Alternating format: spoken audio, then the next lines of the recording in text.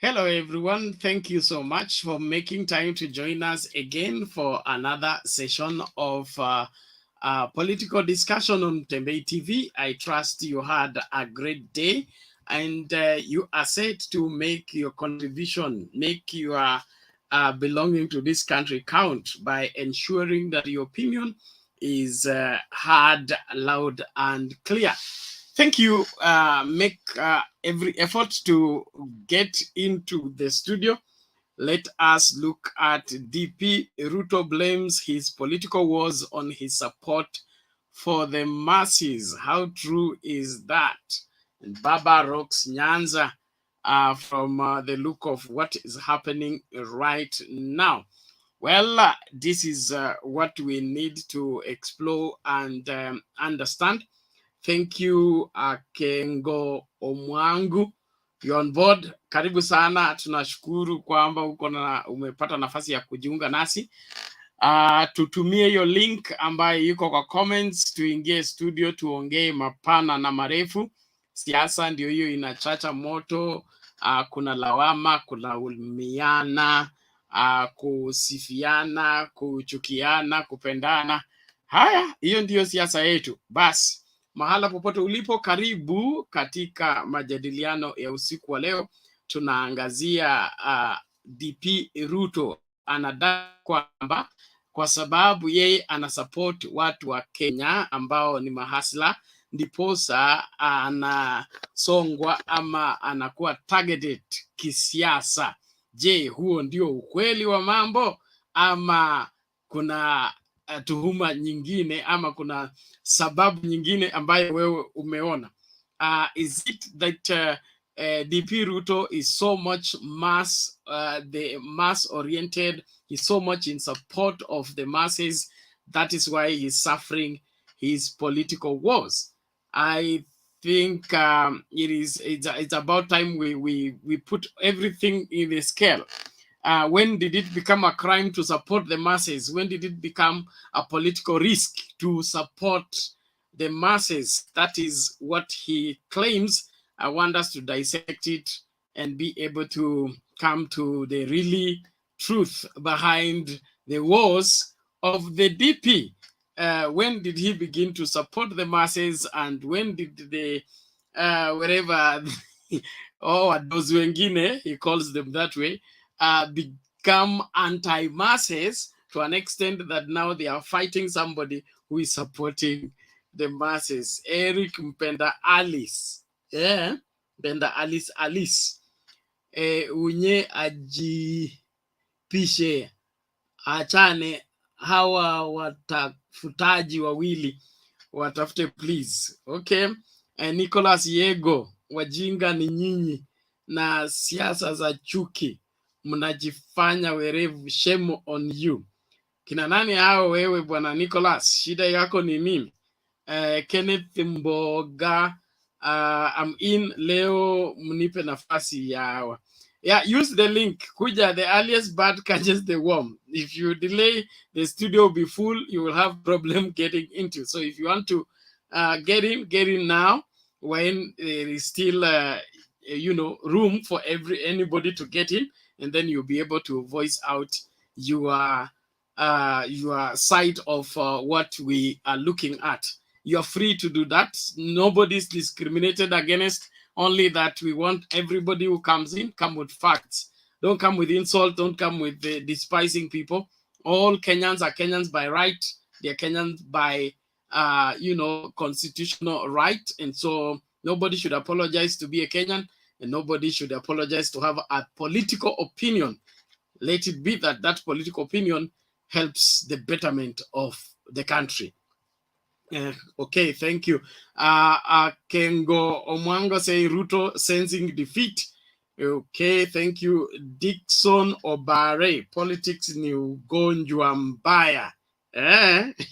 Njona dawa basi.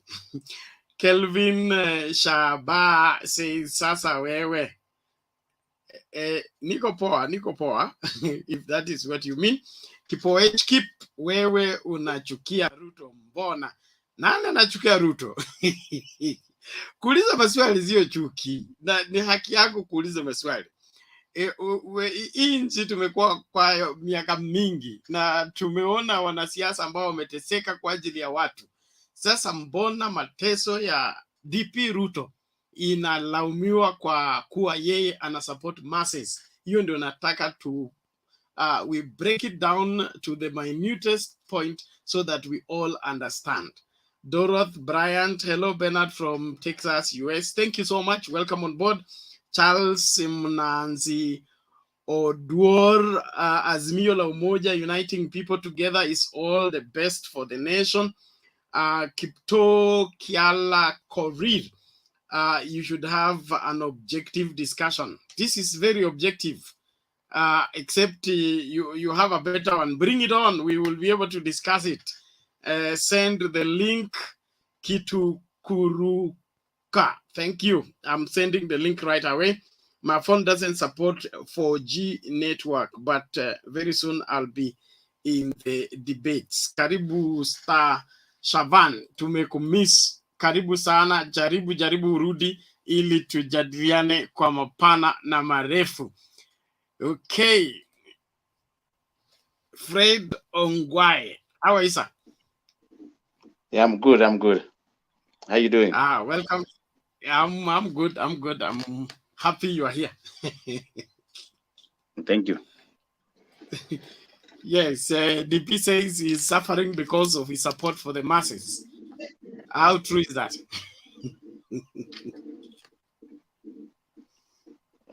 To me, the way I always see our DP, I think it's not really suffering. He's trying to make his own way towards the goal where he wants to go to.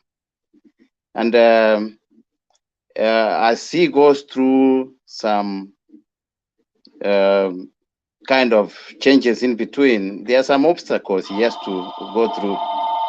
And that's what is, I think probably to me, I can say he's getting a better training or a good training so that when he gets there, that job is not an easy job.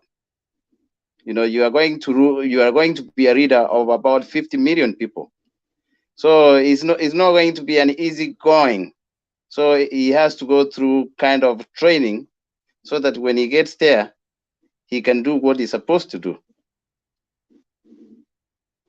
So a good example I can say, when Trump wanted to become our president, you see how he was humiliated everywhere. Nobody knew Trump would be the president. Now, he did his 4 years. He's gone. Probably some of us, we can see how good he was, but we didn't see it then. But now we can see what he did. Probably the way he was trying to get his message out was the wrong way. But when we look at the economy at large, probably did very well comparing to what we are experiencing right now. Yeah. I don't know what you can say about that. Yeah, we are losing your audio, sir. We are losing your audio. We didn't get your last statement. Yeah, I was through when we do the comparison between the last 4 years, of Trump and the few years of the new administration, you can read something there. So to me, I can say the DB, before I was not very supportive of him. To me, I support him. When they say, okay, some people come up and say it's not straightforward, other things. But when you look at all of them, they are not all of them. They have something which is not straightforward. But I think, to me, the reason why I support him is a few things I can see in him, which can make a difference in our country. Especially when he was a minister of education, he made a big changes there. We used to wait for 2 years for us to join the universities, but when he became a minister of education, for a few months he was there, he had to change it. I remember some people who had A's going to universities after 2 years, and you find somebody who had a C plus already 2 years ahead of you. So I think for him himself, he can do it by himself. But if he gets some good apples around, he can do well. Now, Bwana Fred, I'm asking a question. Okay. Is it Yes. true that the wars that the DP is going through right now is because he's supporting the masses? Because that is what he's said.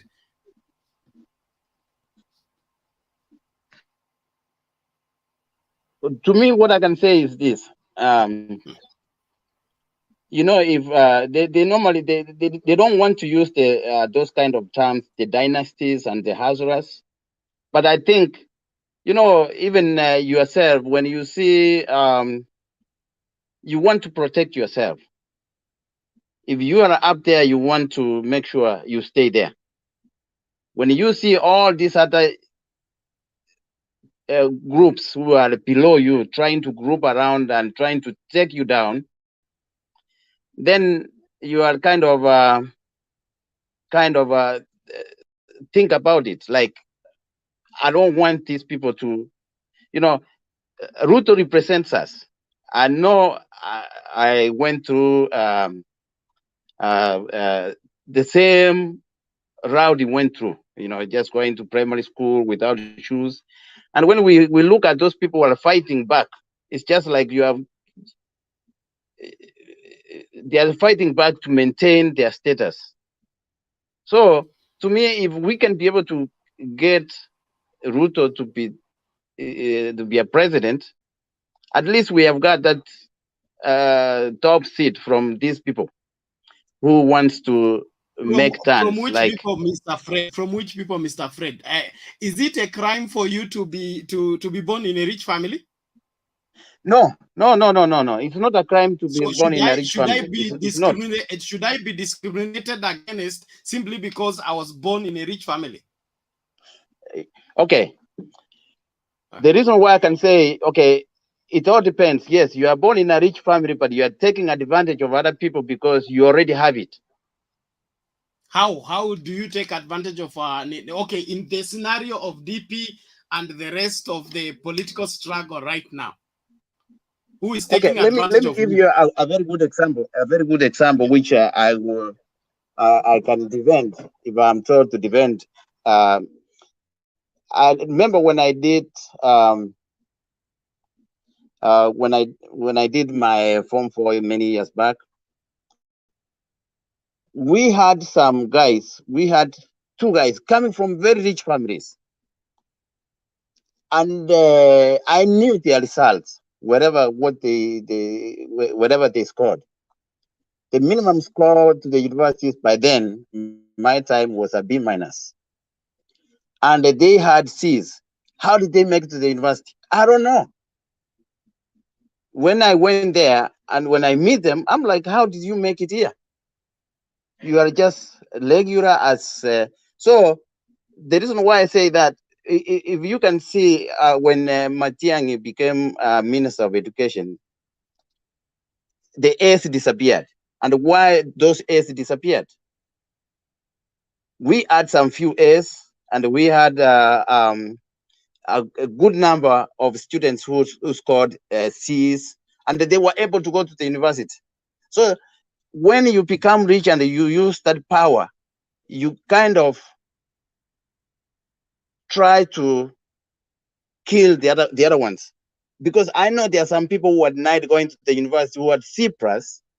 They were denied going to the university because they had C plus, because somebody else who had a C because he knew somebody somewhere was able to be given backdoor chance to join the university. So basically, being born in a rich family is a good thing. And being born in a poor family, we are not going to say it's a bad thing. But we have to come out of it. We have to be all the same. Even if you are from a rich family, from a poor family, we need to know that we are equal. If we are given same level of chances of let's say there's a position somewhere open, and then because I come from a poor family, I've gone to the university, and this one comes from a rich family, and then he's given a chance, and I'm left here, and then it means that I'm going to just to die poor. I'm a poor person, but a poor person without nobody holding your hand, it means you are going nowhere. So that's what I'm trying to see. The DB come from a humble background, and we need one of us to represent us. Those of us who come from humble background, we need, and we are the majority. We are the majority. At least one of us to be there. Then we will have a voice. Fred. Yeah. You come from a ward, you come from a constituency, you come from a county, and all of those are representatives. They are in parliament on your behalf. They are in the county assembly on your behalf. The governor is in office on your behalf. So is the president. Who is this you're calling one of us? I believe the presidency belongs to any Kenyan who is qualified. Yeah. But so what we are talking about here about the top. Are you advocating for the poor rising against the rich? I think to what I'm trying to say, yes.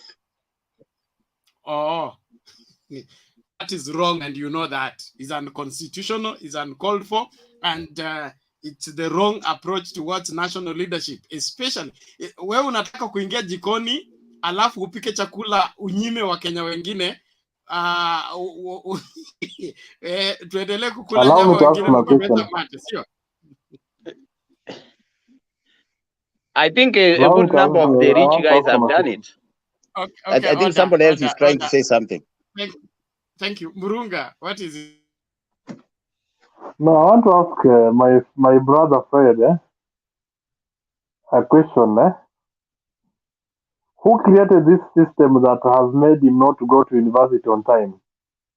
Was Ruto not in the same old system that was creating that problem, where one would stay for 2 years without going to university? I think he should be. I want him to answer me.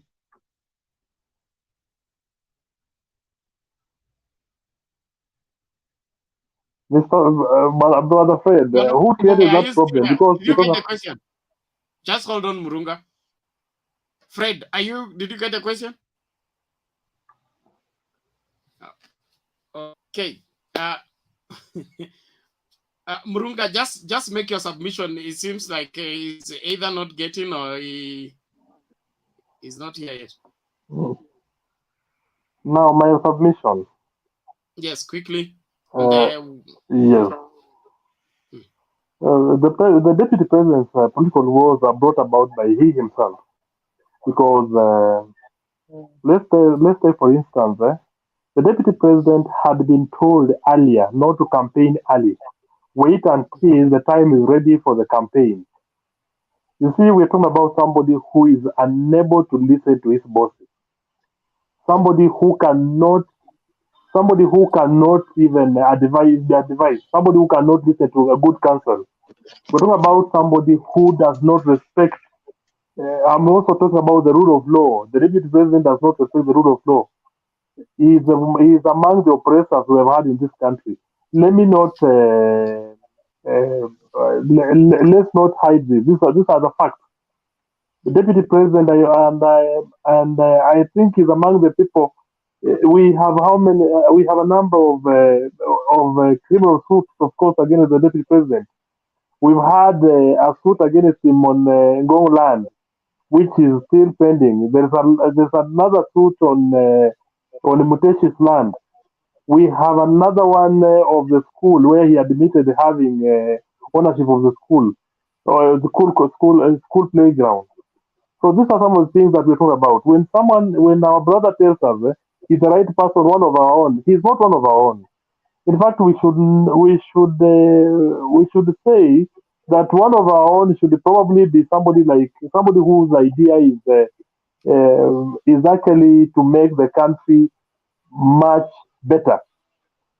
By being one of our own, it means that one that respects the rule of law, one that adheres to the constitution, one that respects the women, the fundamental rights, one that respects one that doesn't plunder the public resources. That's what we're talking about. We're talking about one that respects. Now let's talk of the appointments. When they formed the government. I'm talking about the DP and the president. When they formed the government, we had a team that was fronted by the deputy president and a team that was fronted by the president himself. Look at those that have been tainted. Look at those that have been either now facing corrupt charges in our courts today. Which team is this? We're talking about the team that was brought about by the deputy president. These are the very people that are telling us today that we are going, look here, we are the best, we are the bottom up, we are the ones who are going to make this country better. Making this country better, then again you ask yourself, is it what we want for our kids tomorrow or today? Is this what we want for the country like Kenya, which is developing? A third world country. We just get somebody because we're calling him one of our own. Is it that we have run out of idea that now we feel that this is the right person for the country? Somebody who has plundered the economy of the country. We need to be serious as a citizen of this country that we look at the right candidate to run this country. We are not short of leaders. We have good people in this country. We have people who can actually spearhead the agenda of development and the country will move forward. Let's not vote through emotions, because when I hear somebody telling me one of our own, then of course we are whipped by emotions. And that is what will bring this country down. Vile rais alisema jana, tutumie akili tukipiga kura. And that one I will 100% agree with the president. Tufikirie, tutumie akili while voting. So the DP's wars are brought about by he himself, not somebody else. It is him, and he is one person. Wait until you see him in the State House, and that's when you will know the true colors of the man you call one of our own. I raise Thank my you, case. Thank you, Murunga. I think we'll leave it there. We are doing our opening remarks. Be brief and precise, and then we'll get into the really discussion. But I would also want us to restrict ourselves to the topic. The DP and blaming people and blaming others is I believe, is leadership style. But it's good for us to look at it critically, because if somebody wants the highest office, he needs to meet the highest standards. But blaming and excusing oneself while you are in office, in my leadership school, it puts a question mark on one's leadership character.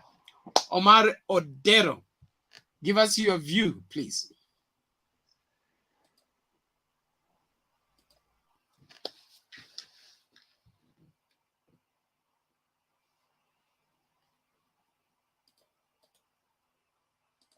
Unmute, sir. Ukiongea lugha ya kitaifa.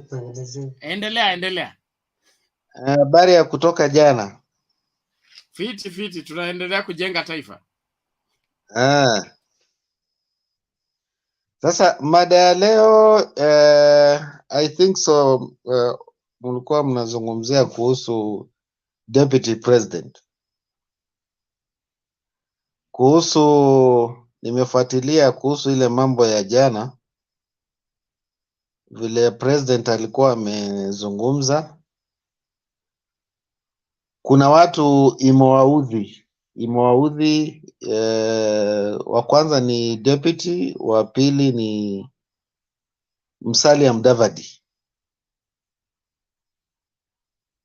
Kitu ya kwanza, hiyo speech ya president, kitu ya kwanza, rais kama yeye ni rais wa Kenya, hajafanya makosa kuzungumzia yoyote ule anampendekezea. Yani after yeye kutoka katika power, hajafanya makosa yoyote kumpendekeza mtu yoyote.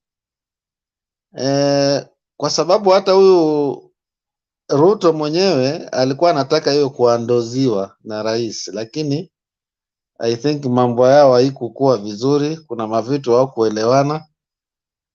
Sasa ndio akamweka kando, kulingana vile rais anasema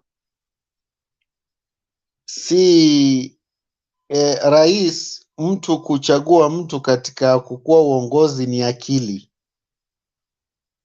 Na hii siku yote tumeona deputy president ni 9 months alikuwa anazunguka, alikuwa anaenda mbio sana, na kuenda mbio sana saa hii sasa, wakati rais anasema kuna mzee anakuja polepole, kwa nini anaanza kupanic? Kwa sababu katika zile gap mimi naziona, unajua mimi kila siku nafuata katika hizi, kuna poll hizi naziona vile siasa za Kenya zinaendelea. Huyu mzee anaanza kukua na ana grow kila ikikucha, ana grow kwa DP. Sasa hiyo unaona DP anakuwa na wasiwasi.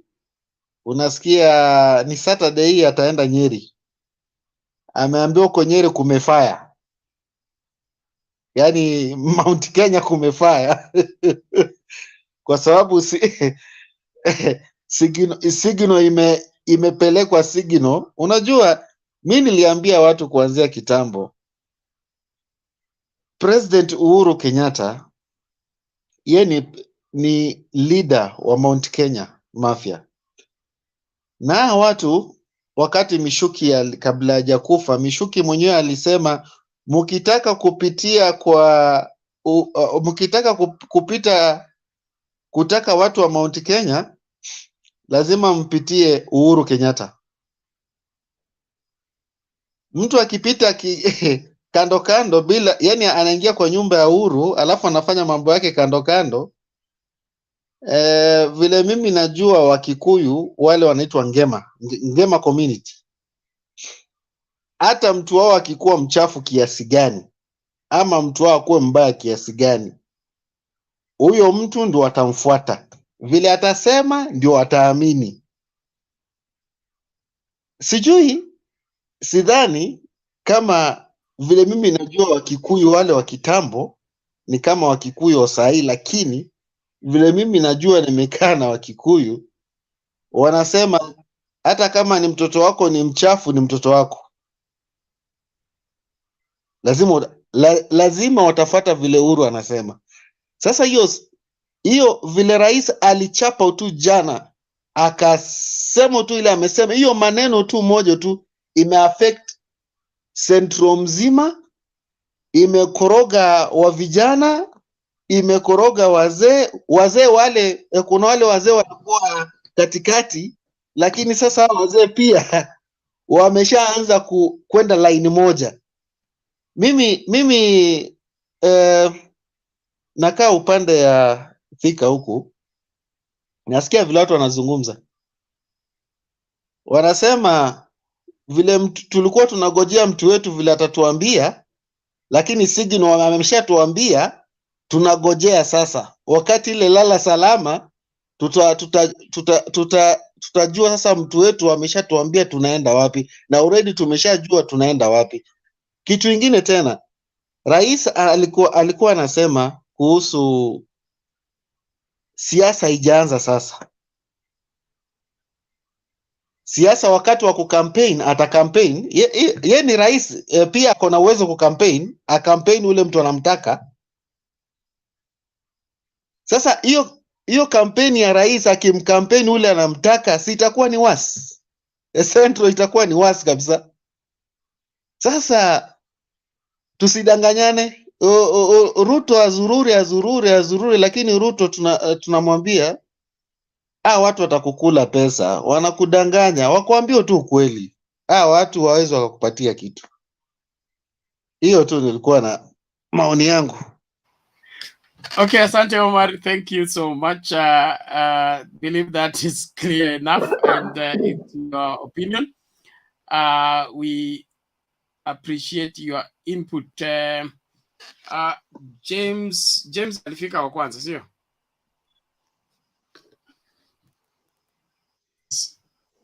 Good evening. Good evening to you. How are you? I'm doing fine.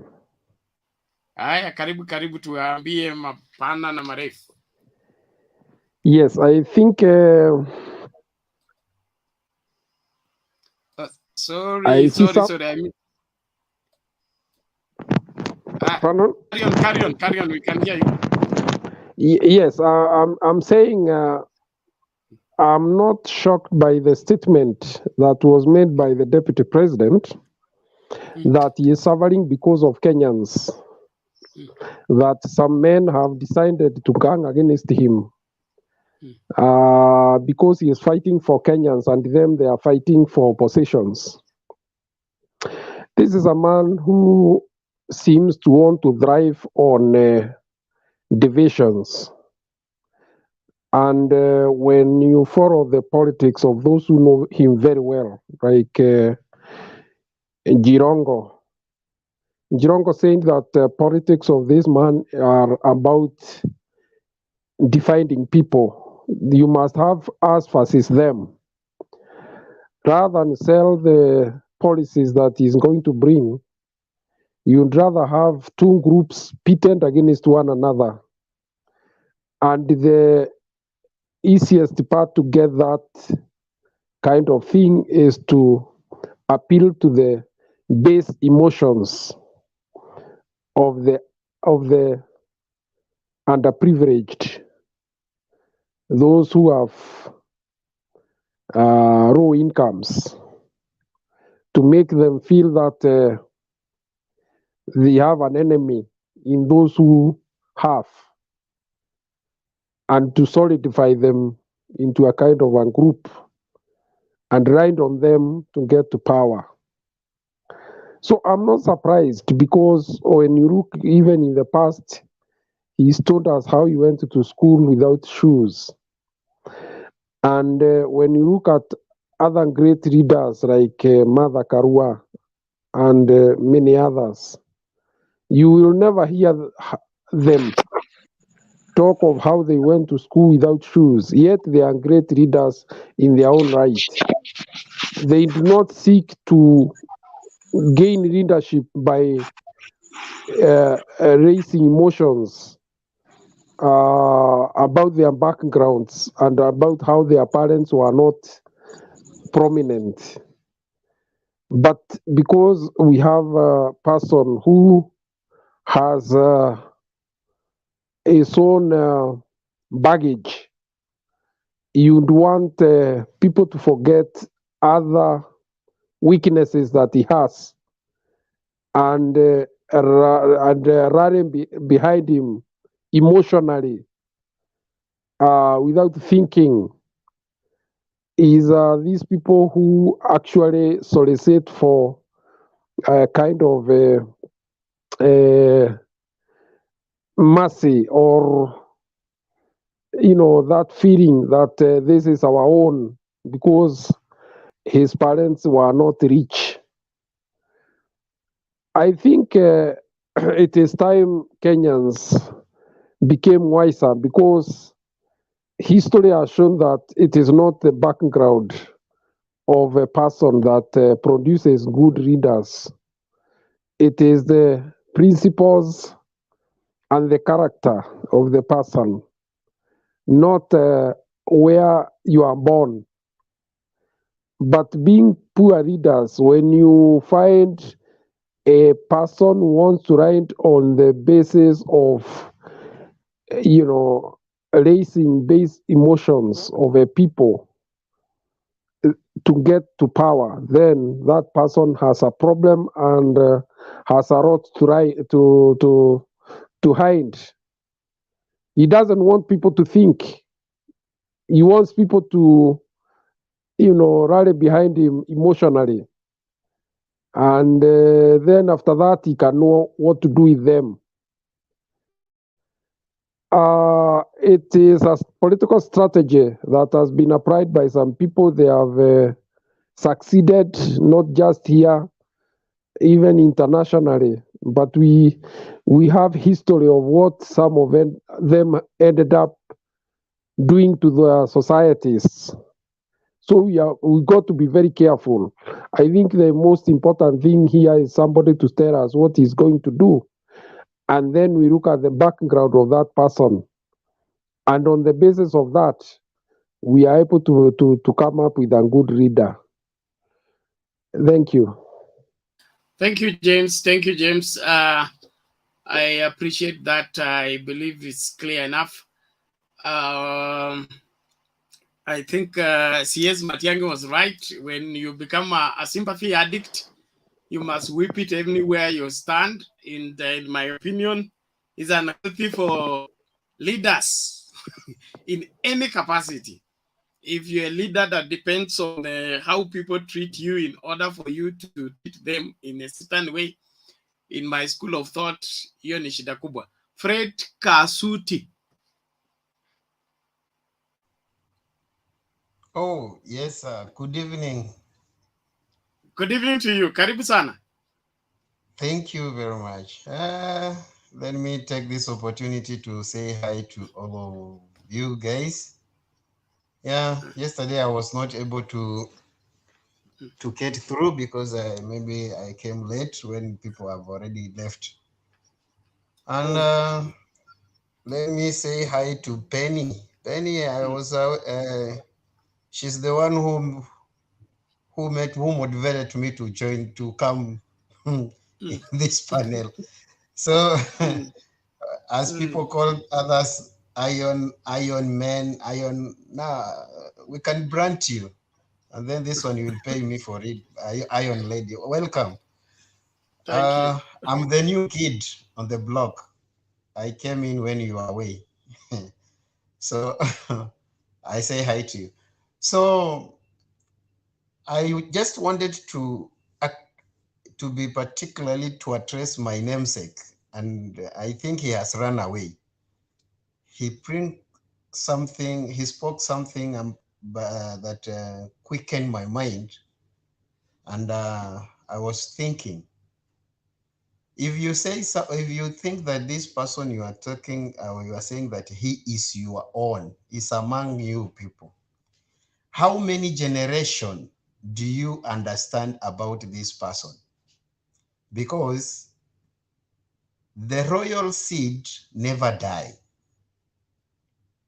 So if he know very well, or if he go down to the history and start digging from the history, he will find there is somebody who was called Samuel Koitalel Arab Ruto, who is the great grandfather of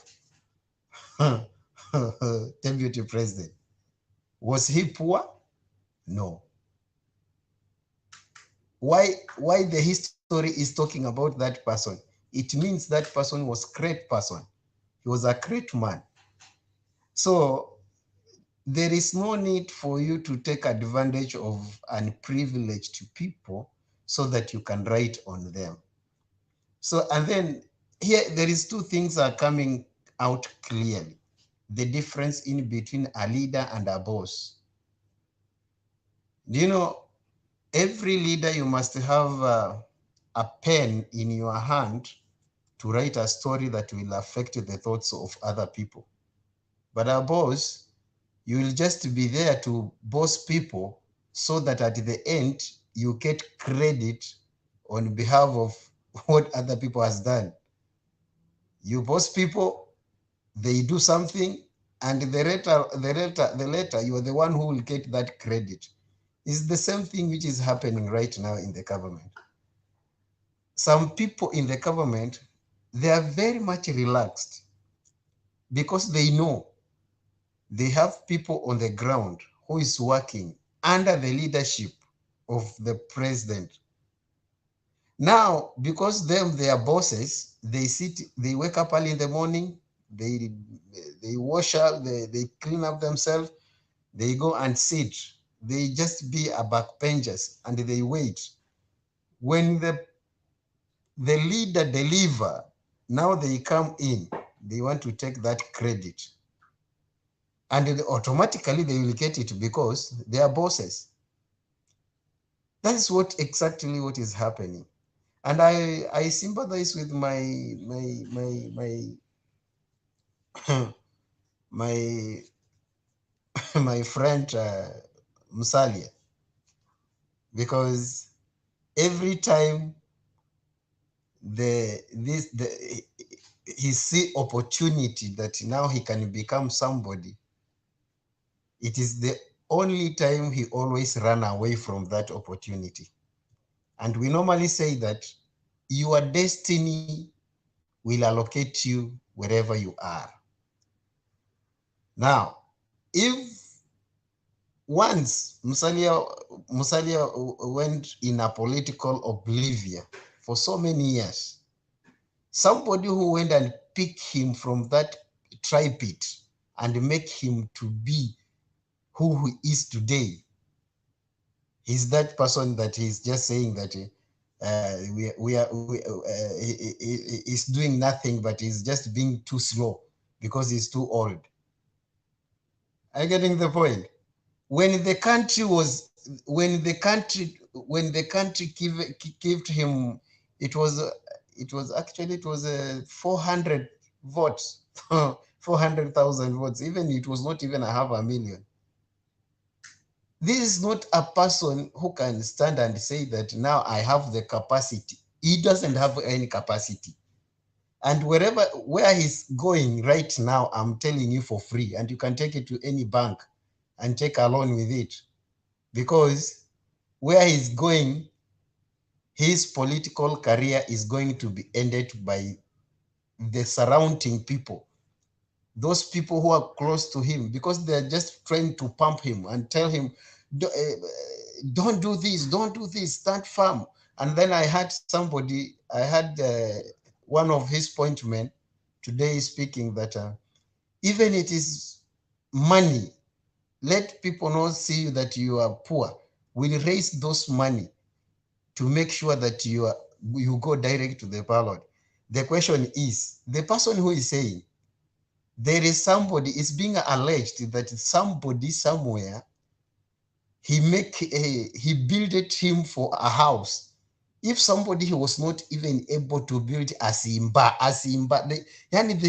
the simplest thing, a simba, somebody did not build, somebody else built for him.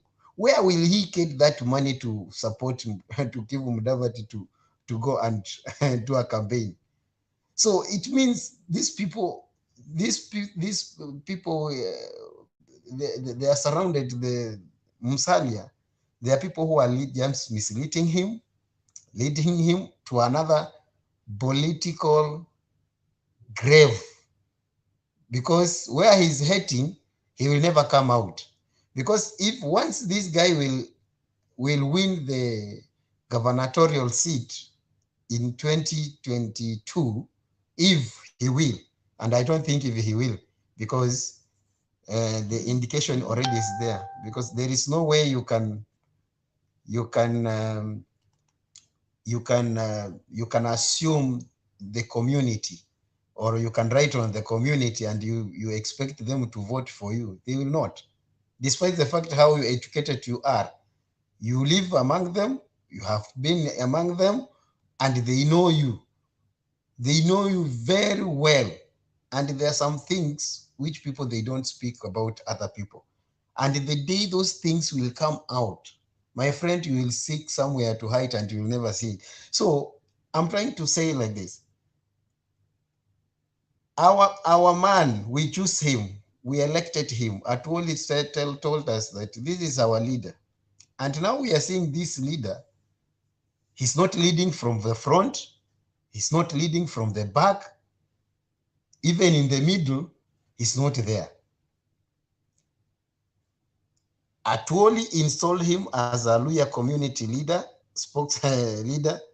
And now people went with him, but all of a sudden, he decided to abandon us in wilderness. We don't know where to go. We don't know where we are. That's why people are just mocking us. Like the people who will be a kingmakers, it will be Western, because there is no single day Western. When it comes to close, when the leadership comes to close to Western, it is the time now we see people dividing. This one pull this way, this one pull this way, this one pull this way. We don't deny that. We don't refuse that democracy is the key.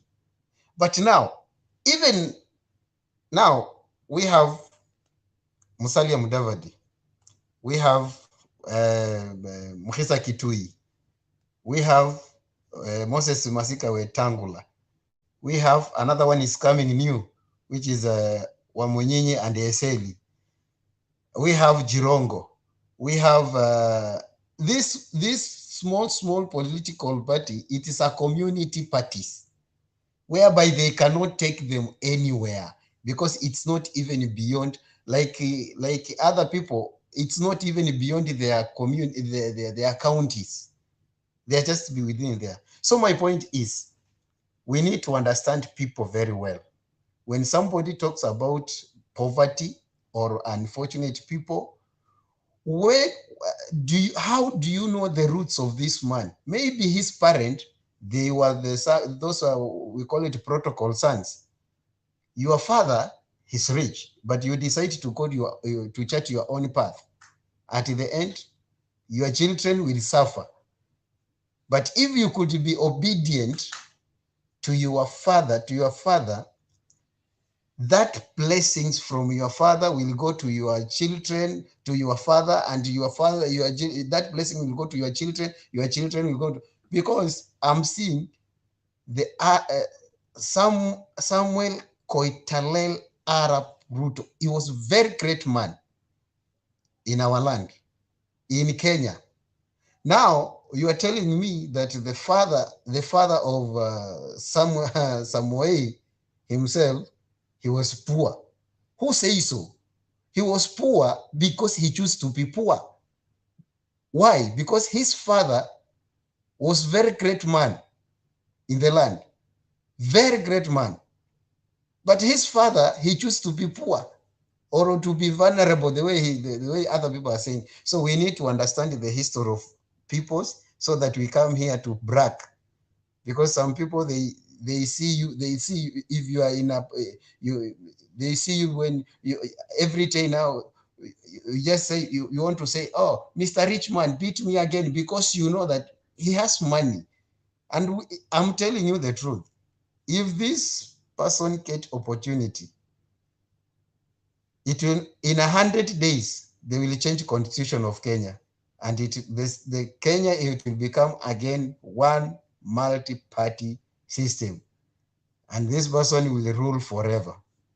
That's my short submission for now. Thank you, Fred. Brizan Were, how are you? Yes, I'm very fine, my brother, and thank you for this opportunity. I'm really getting used to your shows because sometimes I come and I find people have already closed the door and I have to wait for somebody to leave and then I get an opportunity, but that is really good. This is interesting conversation and it's very important that for us to really realize that the political shape is really shifting. And if you have been very keen with the Kenyan politics, and especially at this moment, and when you look at how politicians have always used the tactics to get votes, first of all, they will want to excite the crowds, the masses here that Ruto is talking about. They will always want to excite the crowds. And once the crowds are excited, then you make these crowds vulnerable. You make them vulnerable to your excitement. And I think this is one thing that very, very clever political advisors of the former prime minister have really, really gotten to him and advised him and told him, stop this excitement, euphoria or something, and focus on the real issues. And that is why when His Excellency the Deputy President is up and down selling the bottom up and exciting majority of the law earners, the former Prime Minister is busy with the Azimio la Umoja, really engaging people and discussing issues, roundtable conversations. And I think politicians are also coming to a realization that excitement does not work. And if you look even at the US election, you see Trump in the first sack of his leadership, he won simply through exciting the crowds. And people learned that trick, and Biden beat him in that game. And this is the exact game that now the former prime minister has succeeded in trapping the deputy president. And this is going to be interesting in the coming days, and it's very important for us to watch and see how this scenario develops, to see how far we get. And that is why now you start hearing such utterances from the deputy president, that he's being targeted because of these people, because he was pushed into this trap, and now he is inside with these people, and now there's nothing new. There's nothing new. You are going to tell people you are caught up in a position where Baba will take 4 minutes just saying "Aya, Aya," and that was really, it resonated very well with the people. But again, with the time, it gets out of order, and somebody can easily use that to your advantage. But again, back to our conversation today. I think this is important conversation, and I want to assure you that in the coming days, it's going to be interesting. We are at a time when now all fundraisings by constitution are going to be closed, I don't know, by 9th or something like that. And now what strategy are politicians left with? Politicians are now left with sympathy. And this you are going to see across board. You are going to witness this. Now you will see the other side of the political sphere, the former prime minister's position. Now they will start reinventing and bringing up the conversations around stealing of votes and such kind of things, because now we cannot go to churches and fundraise. We want now to start winning sympathy as we move towards the finish line. And that is what keeps you close to your people. You really need to make sure that you really capture their sympathetic spaces in their heart to really work with you. And this is something that we need to watch and see how this goes. And this has always been very dangerous, because once again you manipulate your people for you to win their sympathy, you raise their expectation, you raise their anger, you raise their emotions. And this is what leads to post-elections. And this is something that we really need to start speaking against, especially when leaders start engaging people and winning people's emotions. This is what leads to a post-election violence, because you have really excited your people through emotions. People really have identified with you. They want to die with you. This is like what Al-Shabaab does. This is kind of radicalizing people, really, like like you, they have to listen to you, they have to sympathize with you, they have to go to the hall with you. And this is something that as Kenyans we really need to be wary about, especially when politicians across the board are beginning now to go into this dangerous path of winning sympathy of their supporters. And so let us use a platform like this one, Mtembe. This is really good.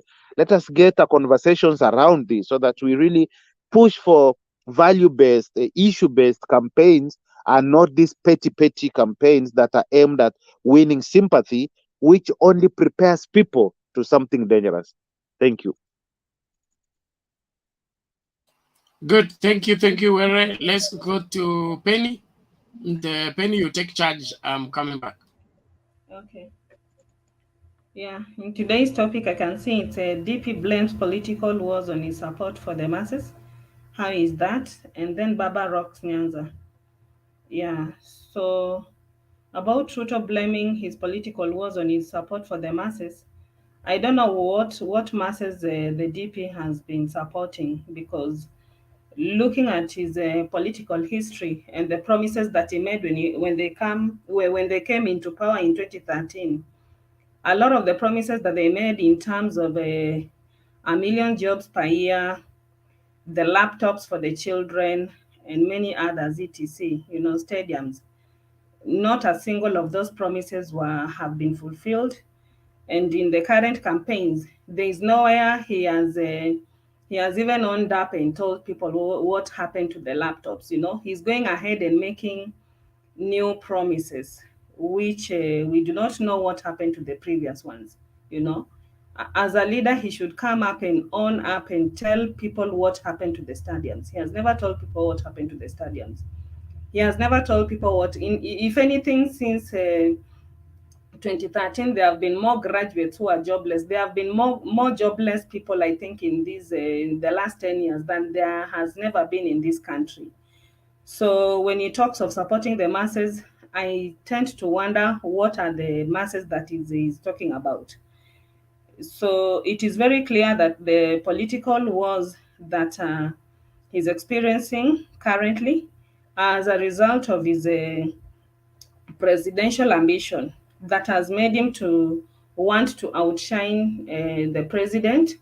You could see that by the way he was initiating projects in Central and using the same projects to woo people to his side in readiness to take up presidency in 2022. So all this he was not doing in good faith, but just to to whatever his ambitions, just to seize presidency in 2022. He was not initiating the projects because he has love for the Central people, but to woo them.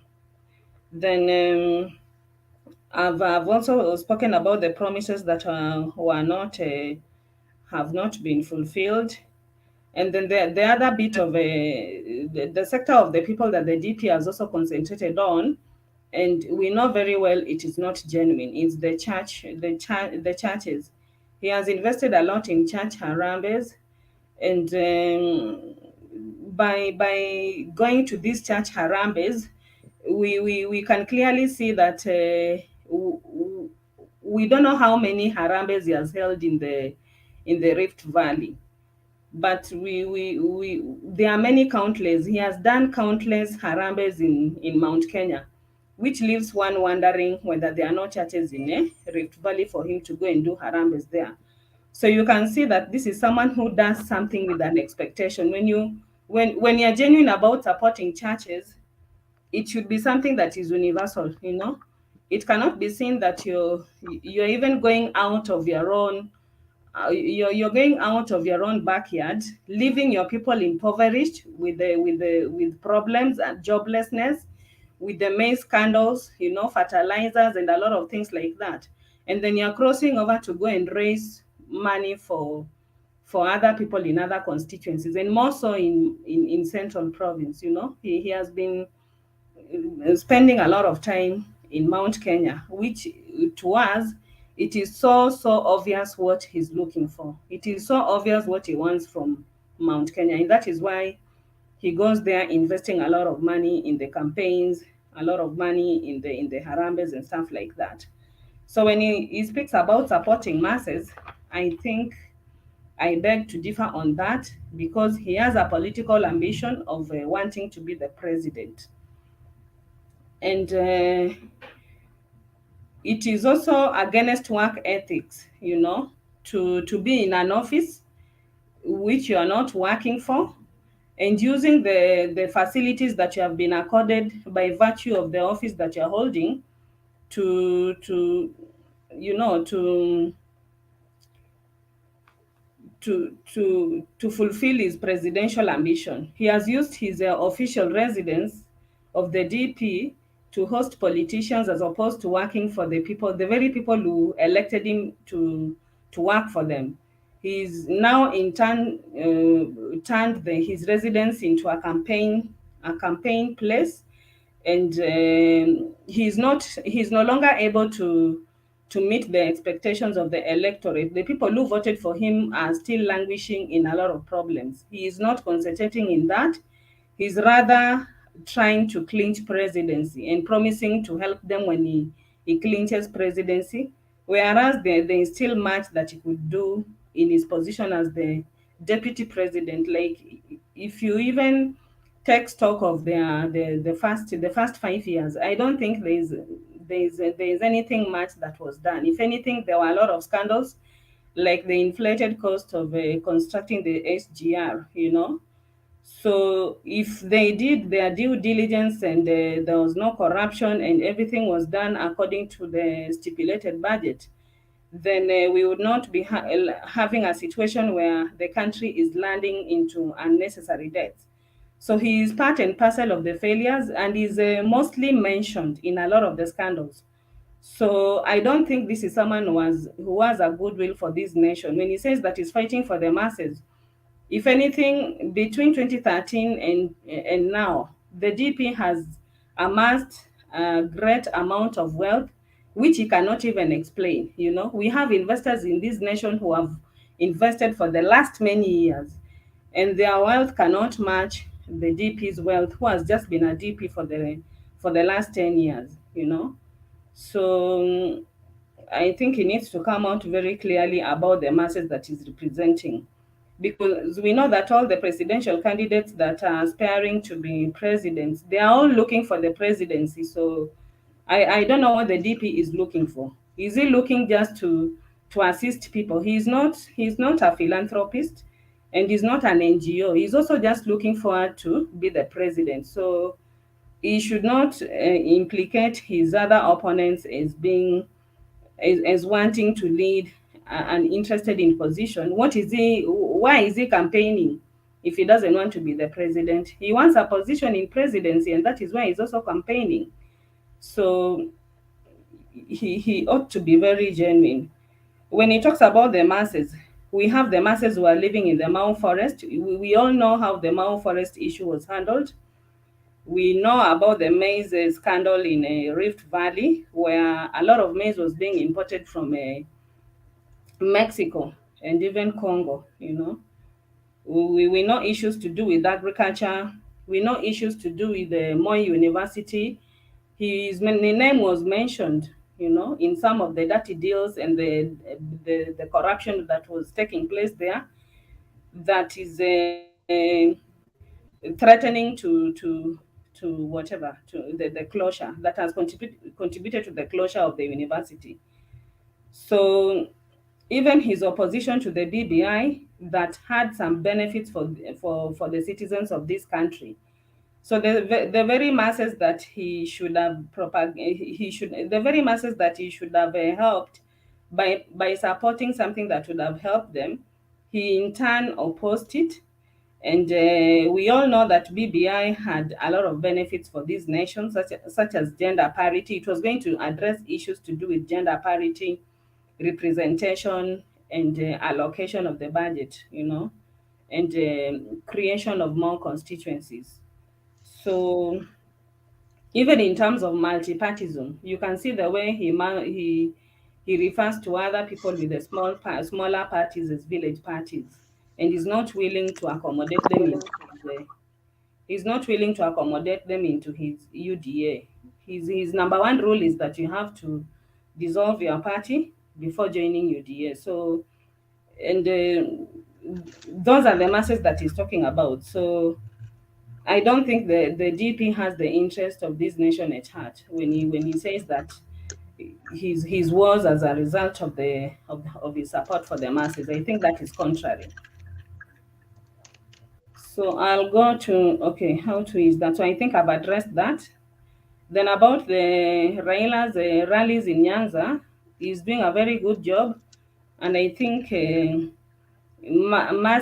Dr. Mercy was very comical. And in the WhatsApp group, I could see someone trying to insinuate that Pemba should, should whatever. So, yeah. You are right. You are right. You are right. You are right. Yeah, so I think he had done very well, and I think Baba is on the correct track. He's very steady. There might not be so much excitement, but I think even on the UDA people, I think it has dawned on them that the competition is now very tight. And a lot of them, I think, wameshikwa na baridi, you know. They thought it was a joke, but it's dawning on them that actually this thing wataionea kwa view sasa. So thank you. That is all I have for now.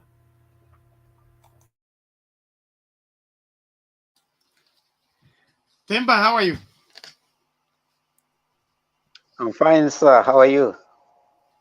Good to see you. I'm well. Good to see you too, and all the other panelists. Thank you. Thank you. What is your take? Is Ruto suffering because of supporting the masses, or he's looking for how to use the masses to help him suffer? I mean, what hasn't Ruto claimed so far? Right now, you can actually predict Ruto's statements as you move forward. I can assure you that every time he's going to, I think his campaign is running out of steam. They're getting disorganized, and so they are trying to fall back into the sympathy thing that Sunona wanani target. You see, that's what happens when you start lacking agenda and lacking steam. When you realize that certain things that you had thought would work for you is not working for you. When did Ruto start fighting for the masses? When? I mean, let's be honest. Even someone who will want to reason well would consider he's not fighting for the masses anywhere. He's actually fighting for himself. Ruto is the same person who has been in the KANU government for the longest, you know, and they even when they were trampling against opposition, where were the masses then? You know, where was the masses at that particular point in time?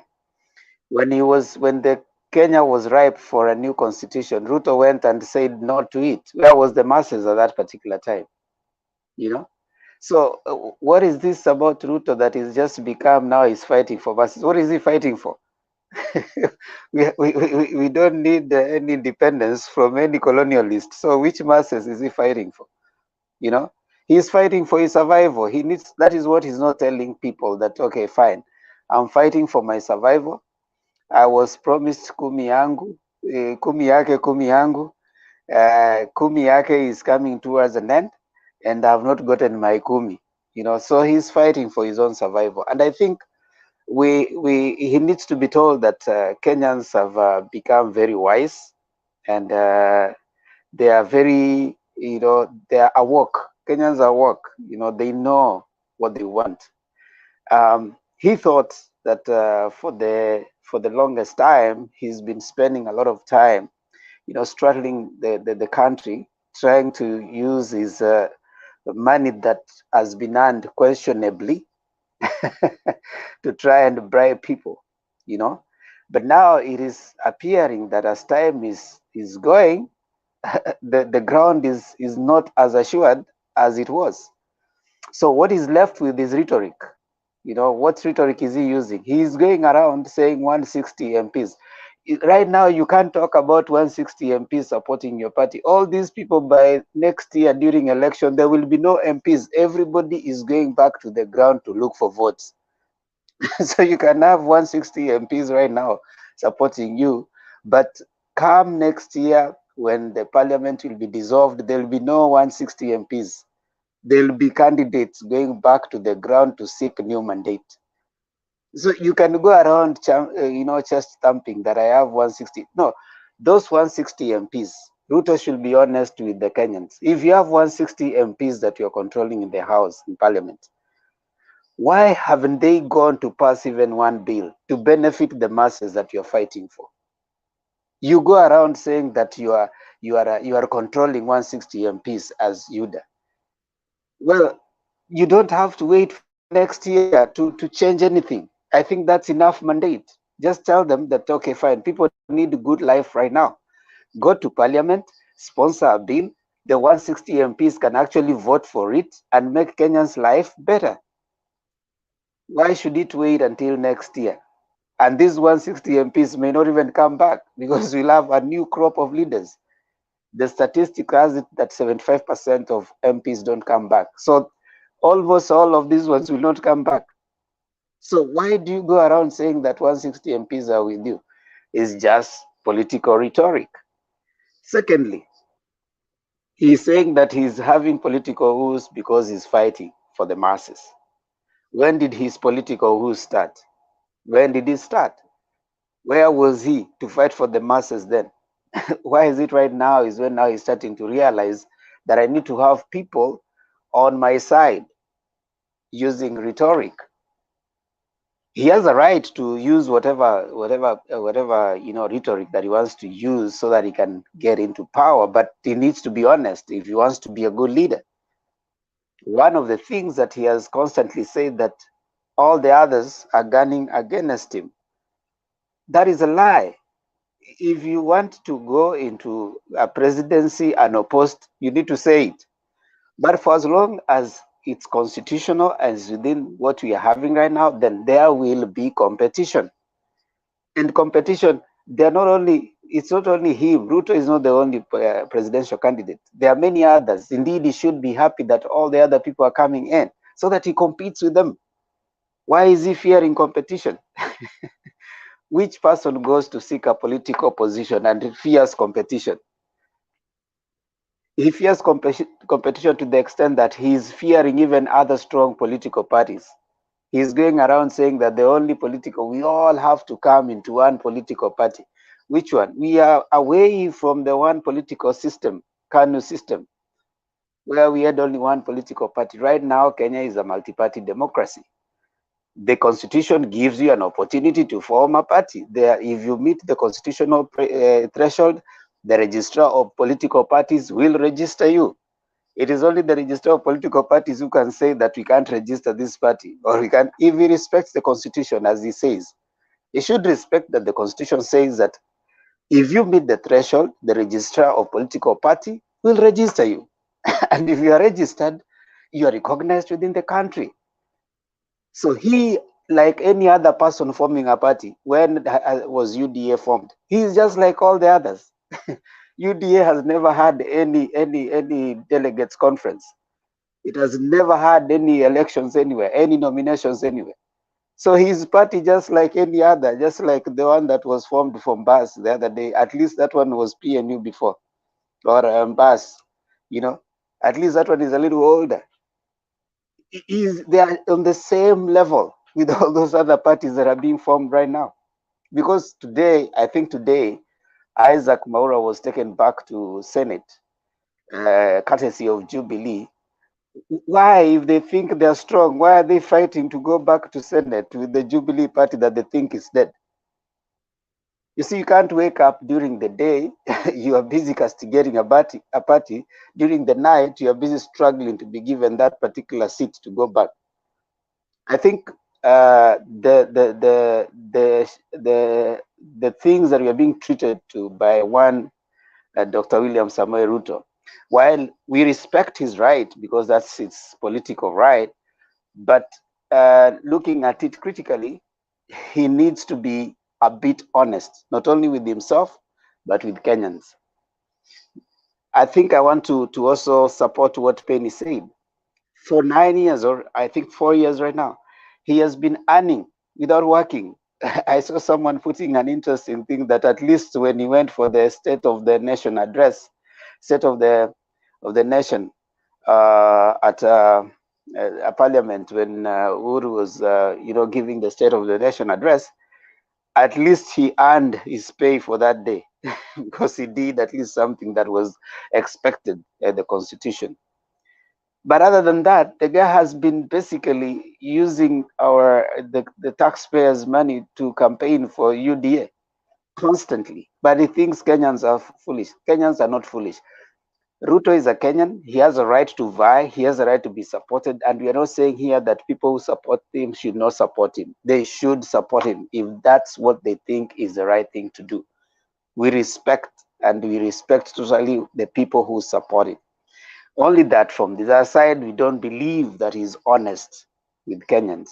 And as it is in a democracy, here is about persuasion. We want to suggest that if you think that you don't want to be deluded, you don't want to be taken as a fool, then it is high time you start looking and telling the deputy president for what it is. He is not honest with Kenyans. There's no masses that he's fighting for. In my view, I don't believe that there's masses that he's fighting for. And any political woes that he thinks he's going through are his own self-made woes. Nobody has caused them to him. Yeah, and he can continue, with the rhetoric. He can continue tomorrow again. You can actually predict he'll come talk about what Jubilee has done and claim that he's the one who has done them. He'll talk about 160 MPs who are supporting him. He'll tell us about UDA being the only party that is supposed to be there and the most popular, which popularity nobody has even confirmed. It is just like the other party that was formed by Kiraitu Murungi Mbas. So they are just in equal measure. Even Kiraitu can wake up tomorrow and say that I have all the Meru MPs in Mbas, which is okay, is what UDA is doing. There's no confirmation of UDA having any MPs apart from 2 MPs. I think 2 MPs, yeah. Not even 2, 1, because the other one is even PEP, it's not UDA. So other than that, there's nothing else you can say. The rest is just narrative, just like the other parties that are being formed, like Moses Kuria's party. So 160 MPs is hot air. It's good for press and good for rhetoric, but I think he's deluded. That is what I can say for now, Bernard. Thank you, Themba. And I see some gentleman here has come who is a very much pro UDA, and he's gotten lost. Maybe he's coming with the renewed vigor. I'm happy. Let him bring the latest. No, let's hear Cosmos first. Cosmos first. I can join the show. You are already in the show, only that mute your mic first. Okay. Okay, Cosmos, go ahead. Unmute, Cosmos, unmute.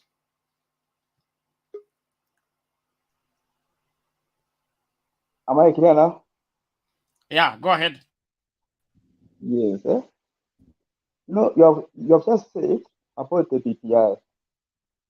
What I can say about the PPI was not the way I can say it was not beneficial at all. Because if you want the state of Kenya to benefit, first you start to start about the health issues. In fact, it's easy. If you go to the concern about the health issues, you go to the hospitals. You are being just told to buy Panadol of 1 pop. UDA, PPI was a trap for Ruto. How? Raila brought the PPI to dismantle Ruto from Central completely. You see, he gave Central 12 constituencies. And from his home, NYANZA, there were so less constituencies. So it means PPI was, he knew PPI was going to pass. PPI, Ruto was to be against. And if he was to be against, the central people, they were to see that Ruto has become against something which was to benefit her. Now you have seen Raila has used that strategy of PPI, saying that Ruto was the one who was against something which was to benefit you people of a central people. Now you have seen the central people, they have said Ruto alitunyang'anya pesa na umeshamchukia hivyo. No, another issue about 2022. I think, according to me, I can't say that Ruto is a good man. Why? He has been the government since 2013. This is 2019. This is 2020. Almost 9 years. Since 2017, he started campaigning. Now he has started saying that atainua mama mboga, atainua vijana. Since 2013, what he has been doing, nothing. Now, if let us say, kama ni mtu angekuwa anasaidia wananchi ama mama mboga ama vijana, he was to perform fast. Ikifika on 2022, then he says, nimepakisha hii. Now give me, then I will finish where mali nimepakisha. But now, since 2017, he is campaigning, he is being paid, anaenda mahali anaambia watu Jubilee tumetengeneza vitu kama hizi, hayuko kwa government. You see now, according to me, if I was to be Ruto, I was to resign. Then I will be opposition. Now, if I become opposition, it's the time where I can be able to argue now. Since 2017, the time I was in the government, since 2013 to 2017, this is what we did. Now this happened, I resigned. Since now I resigned, the government is stagnant. Now, how can you root money from people and they start kumwaga pesa na unaanza kusema hii government haijafanya kazi and you are in the government? Thanks. That's what I was saying about. Okay, thank you, Cosmas. I only had one question for you. You Yes, say yes. BBI was to trap Ruto. Why was it necessary for Ruto to be trapped? You see, yes. you know, Raila is somebody a political. He goes to how to study in terms of political. He's someone who's so strong, and you understand. Bernard, Cosmas, allow me to cut you short, please. Yes. You see, okay. Bernard, let me come in. Hold on. You're out of order, Dennis. No. I'm just trying to correct this guy. Which guy? Cosmas. Okay. Why? You see, you are giving too much airtime. You are giving too much airtime. Hold on, Cosmas, respond to the question. Leave Amoke out of this. Amoke will come to you when it's your turn. Okay, yes. Relax. Yes. Now, why am I saying that PPI was a trap for Ruto? As you see, since the central people, Raila, how can I speak central? Raila, the person who was in central is Ruto. Now, in terms of politics, you must look something where you must dismantle somebody for you to benefit. And Raila, when he brought BPI, he knew Ruto was against. Because ukiangalia BPI ekutaka ofisi zote itipendelishe mambia health issues haikukua. You see now something which is forward. Why Raila he gave central people 12 constituencies. Cosmas, you're not answering my question. Okay, my question is, why was it necessary for Ruto to be trapped? was there any invitation from anywhere for Ruto to oppose the BBI? The way I can say, yes, in terms of politics, you must think further.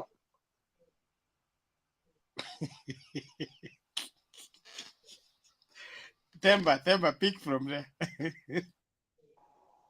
I think Omoke is doing what they call, is on a fishing expedition.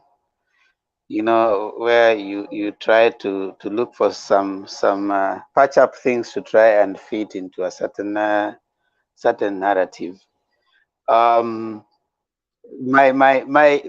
point. You've already asked him a question that he hasn't answered, and I doubt he will answer it.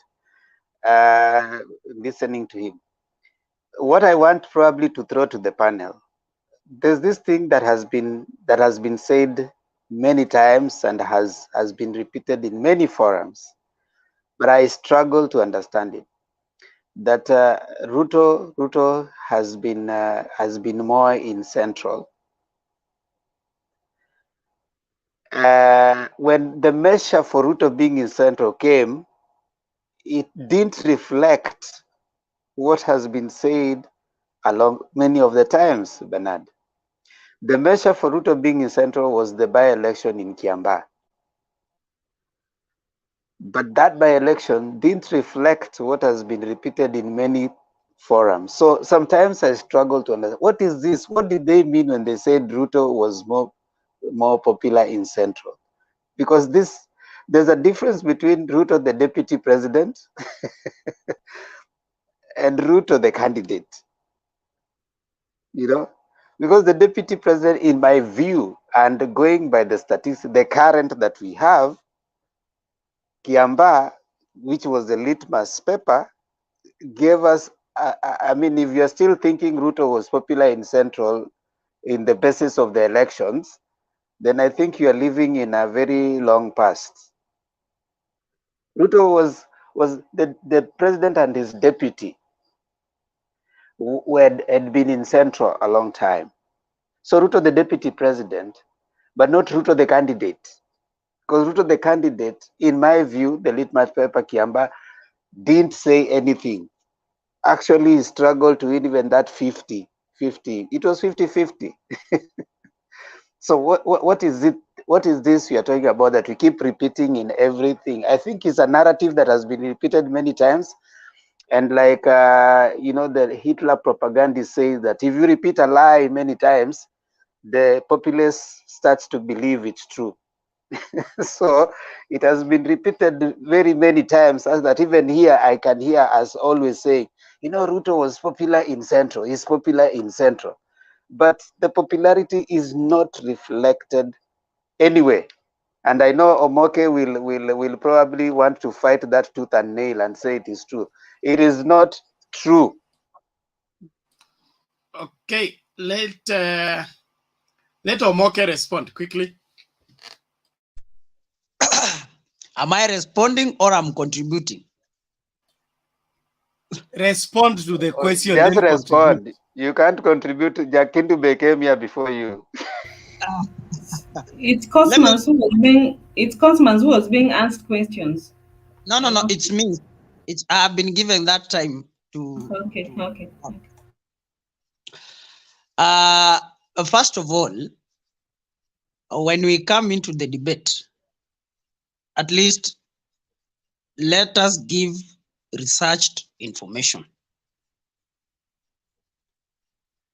If you are talking about BBI, talk about something you read, not something you had. Personally, I read that document 4 times, and it is my head.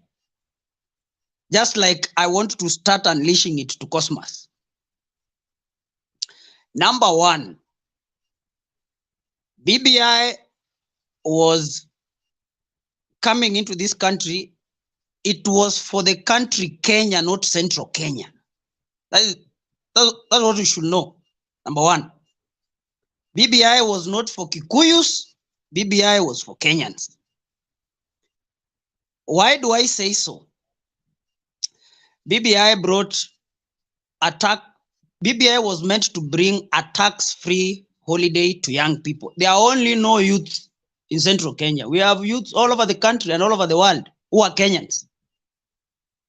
So let us not, when we talk about BBI, let us not personalize it or make it look like we are discussing central Kenya. This is a document for the country, not a document for central Kenya. So when Cosmas is telling us it was a trap for DP on his popularity for central Kenya, there are two things you're not telling us. You know, BBI was bringing a tax holiday. BBI was meant to bring more constituencies to the entire country, not central alone. We know the terrain in central Kenya. Yes, they were benefiting more constituencies than any other part of the country. But if you want to start playing politics about what BBI was to benefit the central Kenya, that is where I want to start from. BBI was meant to bring 30 constituencies to watu wa Mlima Kenya, and DP Ruto opposed BBI. What alternative did DP Ruto had for the people of central Kenya? Secondly, my brother, I have worked all over the country and I can give an example. Juja constituency. Juja constituency is a constituency that is, as at now, it is one constituency, but after subdivision, that constituency was supposed to hold 4 constituencies. Juja constituency receives 141 million from the National Board of CDF. That is supposed to go for bursaries, iende for development, you know, and other CDF related issues. Where we have somebody by the name Duale who comes from Northeastern, who received the same amount like Juja. The population of Juja, the population of Garissa town, where Duale comes from, you know, is 4 times the population of Juja. So the subdivision of Juja was to give equity when the utilization of that CDF happens. So you will not tell me Northeastern, they have their share of 141 million to distribute the bursaries, you know, and then Juja, a constituency that like is more of a county. Nyamira County is 4 constituencies. You know, Juja, the square meters of Juja is same like Nyamira County, where I come from. You know, Nyamira is a county. You know, Juja is a constituency. These are the kind of inequalities that BBI was coming to address. You know, there was no competition about DP Ruto and his popularity. And by the way, for the last 4 years, nobody had declared to run for presidency. You know, Wetangula did it the other day. Gideon Moi did it the other day. Musalia is gearing to that direction. Raila has not announced. So if DP Ruto is not a madman, why was he competing with people who have not even declared whether they are running? We don't know whether Raila will be running for president or not because he has not declared. What if we get to 9th and say, I'm not running? Was DP Ruto competing with somebody who is not sure that he's going to be on the ballot? There is something people also have talked about. I have seen the headline here, and it reads, DP Ruto blames his political wars on his support for the masses. We can clearly, let us talk about the DP Ruto, his position in government, and his support to the masses. We have only had William Ruto talk about Mama Mboga, bottom up, wheelbarrows, sijui nini, post 2018. I want anybody to tell us since 2013 to 2017. Yes, there have been issues since the second term of the president began. From the first term, from 2013 to 2017, William Ruto didn't know there was Mama Mboga in this country. William Ruto did not know that he was supposed to be given wheelbarrows in 2013. He's giving us in 2019. William Ruto did not know about bottom up when he was running the government, because he was in charge of operation of the executive from 2013. They are saying that Matiang'i took the position of William Ruto. So meaning this person had the position from 2013 until it was taken away from him.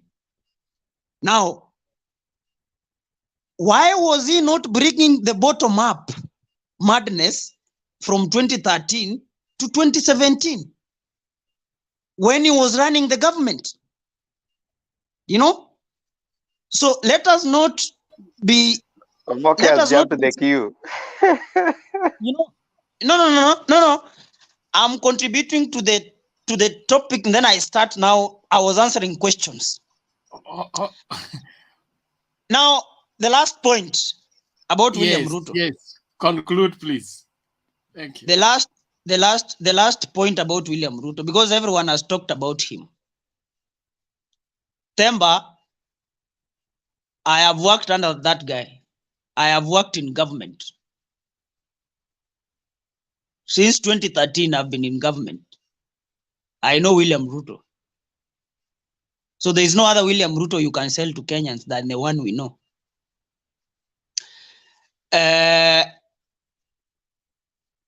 Let us cut this story short. There is no masses. There are no masses that William Ruto is fighting for.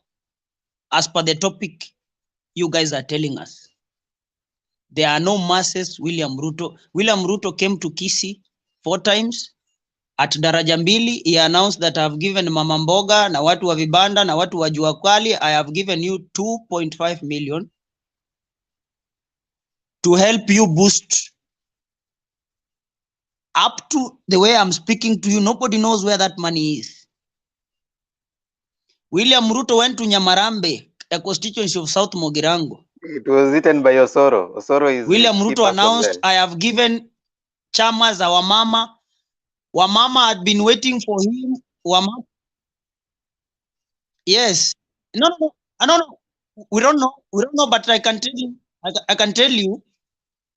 The guy announced, I have given you 1.8 million. Iende kwa vakundi za boda boda na kina mama. I am a Kisii and I am a politician. I know what I'm saying. We are not stupid. We cannot trace that money until today. William Ruto came to my constituency, Bonchari. He publicly announced, if you can go to my Facebook account, inaitwa Omoke Dennis, you can see that alikuwa live in my own Facebook account, announcing, I have left 1.6 million kwa mama wa hapa Suneka so that munaweza nunua stock. I can tell you up to today, if this one is happening in my constituency and we cannot follow and know where this money is, nobody should tell you that the money he is talking about out there is supporting the masses. There are no masses he is supporting. What we can be sure about, let Kenyans not be deceived. The fear about William Ruto is, this man called Raila, I have never voted for Raila Odinga, and I'm going to do it for the first time very early in the morning at 6 a.m. The fear about William Ruto is, Raila Odinga has been meeting voters. The fear about him now is, Raila Odinga is meeting those who will count the vote. And now he's not able to do that. The funny thing about all this is, Raila is facing this election from the government. And the Deputy President of the Republic of Kenya is facing this election as the opposition the official opposition in this country. Thank you so much. No, Omoke. I want to correct Bernard. I want to correct an assertion that Omoke has made there. Raila is not facing this election from the government. He is facing it 360 degrees from the people and from the others. Raila is working with the masses. He has always had the masses. So he's not just facing it from one side. He's facing, and that's why the deputy president now is trying to portray that he has the masses. So that one is a correction you need to have there. Bernard, back to you. Thank you. I think that is long enough. Cosmas, what did you want to say quickly in 1 minute? Unmute, Cosmas. Unmute. We can't hear you. Omoke, you are contradicting yourself. The first thing you have said, Raila has not said that he's going to feel for president. And you have said you are going to vote for him at 5, at 6, that's Buizan. And another issue, let us not Let me answer you before you go. Let me answer you before you go. 44 million Kenyans know Raila Odinga will vie. Yeah, but he has not. I've not answered you. I have not finished answering you. What we can tell you, this election is not about Raila Odinga. It is not about him to decide whether he's going to run or not. He has not declared. But I can assure you 44 million of Kenyans will make sure that guy is on the ballot, whether he likes it or not, whether he announced he's going to run or not. Omoke, you are blaming Ruto that is not giving money. Ruto is giving money. The people wanapeana pesa ndio wanakuranga pesa. Let us not blame Ruto. Because you might go somewhere and you leave money there. And you have been the government since 2013. So you are the people who have been taking our money. That's what I can say. Now let me ask you, Cosmas. From 2013, yes. From 2013 to 2017, you are in this country. Is that true? I want you to answer the following. No. I want you to answer the following. So you were not in this country from 2013 to 2017? I was there. Answer the following questions. Answer the following questions. Yes. Number one. Yes. Did you ever heard William Ruto talk about Mama Mboga from 2013 to 2017? There's are things which they were doing. Secondly, did you ever see William Ruto issue a wheelbarrow from 2013 to 2017? Omoke, you can't do 5 things at a go. The first thing was doing about the electricity. And you know clearly. Another issue, you know about the parapara. So you can't, even if we live here together today, you can't do things, 10 things at a go. You must strategy yourself. Okay, thank you, Cosmas. I think let's dress there. Hold on. Okay, order, everybody. Order, everybody. Mute your mics. Let there be order. Thank you, Cosmas. Thank you, Omoke. I want us to keep our eyes on the goal and be able to score at the end of the day. So just exchanging on who brought electricity, who did not bring electricity is not helping us. We are looking at one character of one DP Ruto going on a public platform and claiming his political wars is because he is supporting the masses. That's what I want us to excavate. How true is that? Bernard. Yes, Patriot. Yes, Patriot. I just want to rebuttal on one statement Cosmas was just saying about before we go far. Just a quick one, if you don't mind. If I may quote the DP says he can scale the stairs, chew gum without biting his tongue. That is his quote. What does that mean?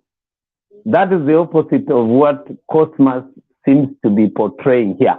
When he answered my brother by saying that he cannot, there is the first agenda, second agenda for electricity, whatever. There's something he has said that doesn't add up. So what I'm saying, from the sentiments we've picked latest from DP, that was an interview. He actually said, I can scale the stairs, chew gum without biting my tongue.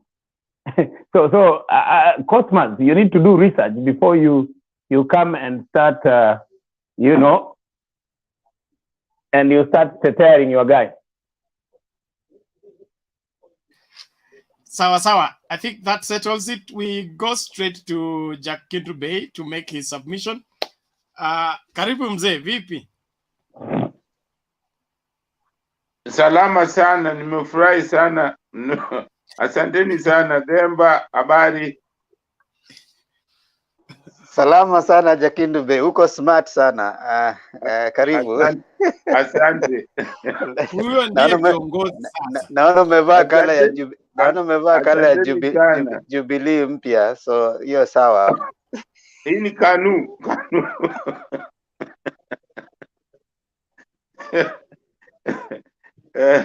Nimefurahi sana contribution yenu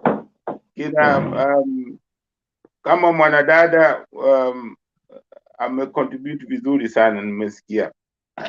Mimi nataka kusema kwamba mimi najisikitikia sana sisi wana Kenya vile tunakubali, tunapenda sana kuambiwa uongo. Ruto wakati wote anasema uongo mbele yetu, na watu bado wanafurahi tu, wanapiga makofi. Watu wengine wanasema kwamba anayosema ni ya kweli. Wakati wa KANU, Ruto alikuwa kwa KANU, hakutaka mabadiliko ya multiparty, hakutaka. Na hata wakati hiyo multiparty, baada ya kupata multiparty kwa jasho na damu, Ruto bado alikuwa ana support Moi. Alikuwa kwa Jirongo, hiyo group walitunyanyasa sana wakati huo. Huyu Ruto. Wakati tukitaka hii constitution ambayo tunayo hapa, Ruto alikuwa against it. Sasa ni wakati gani amekuwa upande wa watu ambao watu wanasema eti Ruto is fighting, eti anapigana against, ana support wananchi? Ni wapi? Unajua hii mambo ya bottoms up na hii mambo ya ati boda na mama mboga, mimi sielewi watu wanaelewa namna gani. Unawezaje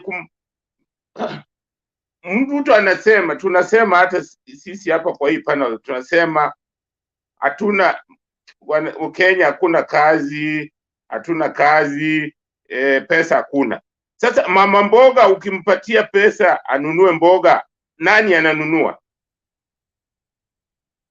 Wateja wako wapi? Kama watu ambao wanatakiwa kununua hawana pesa, na unaenda kumpatia mama mboga pesa aweke stock, ni nani ananunua?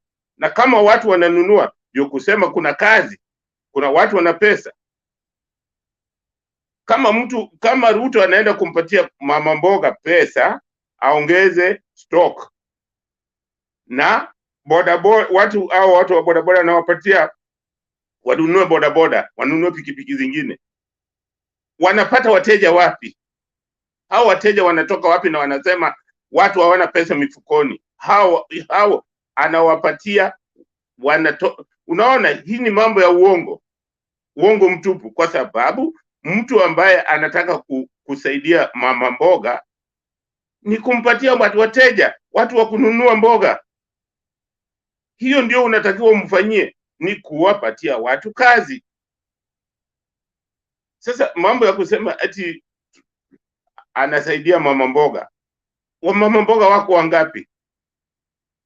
Wangapi wako kwa nchi ya Kenya? Hata ukichukua kuwapatia mama mboga stocks, ni wangapi? Na watu wakina nani watanunua kama watu ambao wanatakiwa kununua hawako? Mimi hiyo naona kabisa ni jambo ambalo hata alifai tuzungumze juu yake. Hiyo ni kitu ambayo hafai Ruto kuja kusema eti anasaidia mama mboga. Hata watu kusema eti Ruto anasaidia mama mboga, hiyo ni is completely lie, uongo mtu. Kwa sababu anasaidiaje? Sielewi. Kama kuna mtu anaweza kunielezea, nikimaliza anielezee kwamba kusaidia mama mboga ina manufaa gani? Kwa sababu mimi kwa maoni yangu sioni manufaa ya kumpatia mama mboga stock. At the same time mnasema watu hawana kazi, watu hawana pesa, yeah? Sasa ukimpatia stock, nani anaenda kununua? Au watu wa kununua ni kina nani? Wanatoa pesa wapi? Na tayari washasema hatuna pesa, hakuna kazi, pesa watu hawako na pesa mfukoni. Kila mtu anasema tunataka kuweka pesa mfukoni mwa watu. Sasa ukitaka mpaka watu wawe na pesa mfukoni ndio wanunue hizo stock, na uwezi kumpatia mtu stock ananunua alafu hakuna watu wa kununua. Hizo ni kama umetupa hiyo, kwa sababu hizo hakuna stock, hakuna fridge mahali hao kina mama wanaenda kuweka hizo mboga, zitaharibika. Kwa hiyo naona ni jambo la upuzi kabisa, halifai hata kusemwa na mtu yeyote juu hiyo. Juu ya kampeni ya bwana Raila, mimi naona anaendesha kampeni vizuri juu ya umoja, na mimi nazidi hii kitu. Mimi kila siku nasema watu ambao wako opposed to BBI ni watu ambao hawataki Kenya mabadiliko na utulivu. BBI maana yake ilikuwa inataka kuleta utulivu, kitu ambayo tumeshindwa kupata: utulivu, utengamano na upendo kwa nchi yetu, kuona kila mmoja anapata haki yake. Na hata kama kulikuwa na vitu vingine mbaya ndani yake, lakini hakuna kitu ambacho hakina kasoro. Inatakiwa tunatengeneza hivyo, tukiona kasoro nyingine tunatengeneza tena. Lakini kwa maoni yangu, hawa watu ambao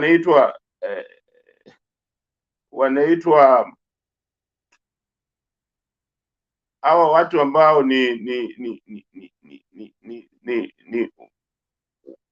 wanafanya kazi kama za misaada katika nchi zetu, hawa watu lazima tuwe careful. Sisemi ni wabaya, lakini lazima tuwe careful na hawa watu. Hawa watu wameleta vurugu kwa nchi nyingi. Ukisoma history na uende vizuri uangalie hawa watu ambao wanajiita NGO, hawa watu lazima tuwe waangalifu. Wakiingia kwenye koti zetu na nini na sehemu nyingi, hawa watu huleta vurugu kabisa. Kwa hiyo lazima tuangalie hawa watu ambao huleta vurugu, kwa sababu ukiangalia kuna mikono yao kwenye BBI kushindwa kuendelea vile tulikuwa tunataka. Na hiyo ni jambo ambalo mtu aliyekuwa anasema eti Ruto, hii kitu haikutengenezewa Ruto. Na yale maoni ambayo yalitolewa pale si ya Uhuru au Raila, ilitolewa na wana Kenya. Wale watu ambao hawakutaka kutoa maoni yao hawawezi kusema eti hiyo sasa ni mbaya na wao hawakutoa maoni. Mimi nafikiri hiyo ni uongo mtu. Kwa hiyo yule jamaa alikuwa anasema ati BBI ilikuwa inalenga Ruto. Haikumlenga Ruto. Ruto mwenyewe yeye ndiye amejiweka huko. Yeye ndiye amejitoa kupinga. Hakuna mtu alikuwa anamlenga, na hiyo ni kitu ambayo ilikuwa ni ya Wakenya. Kwa hiyo sioni kwa nini. Na jambo lingine mimi napenda kusema ni kwamba watu waache kulenga Central. Central sio eti ndio Kenya. Central watu waache kulenga. Na mimi ningelipenda wananchi wa Kenya si sote tuache kila kitu tunataka kusema faida gani mimi napata. Inatakiwa iwe hii kitu inaleta faida gani kwa nchi yetu, sio mimi. Kila mmoja anasema hii kitu inaleta watu wa Central Province tunapata nini? Hiyo haifai. Inafaa tuangalie hii kitu inaleta faida kwa Kenya, kwa sababu sisi wote ni wa Kenya, sehemu zote ni sehemu za Kenya. Asanteni, asante Themba kwa hiyo nafasi. Themba, if I can contribute on that, is something I forgot. Omoke, you're out of order. Stay in order. Okay. Can I ask Jakindube a question? Okay. Answer. Yeah, I want to ask Jakindube a question. You know, there's something you've said that I think it becomes elusive to many people. And this is the issue of tusiulize what it is about for me, but what is it about for Kenya? It's an ideal statement, but that does not define politics at all. Politics, if you want to just fight for what is good for everybody else and Kenyans, then politics and politicians will cease to be relevant. That is what charity organizations do. Like Red Cross, they do what is good for all. Politics and politicians is about interests for us, and that's why it's a competitive process. So what considering the statement that umesema kwamba watu wajiulize ile ambayo ni nzuri kwa Kenya, are you therefore suggesting that for Nyanza people, for Coast people, for Central people, they are out of order to ask for what the leadership will provide for them?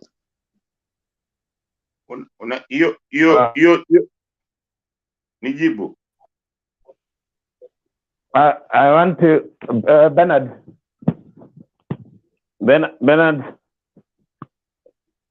Hello.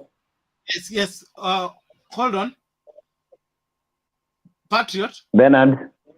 Yes. I'm asking Jakindube if he can allow me to respond for him. If he allows, then I can do that. Yes. Thank you, sir. Apana, I withdraw the question. Hold on. No. Don't do that. No. Now I know you. Patriot, respond to the question. Oh my God.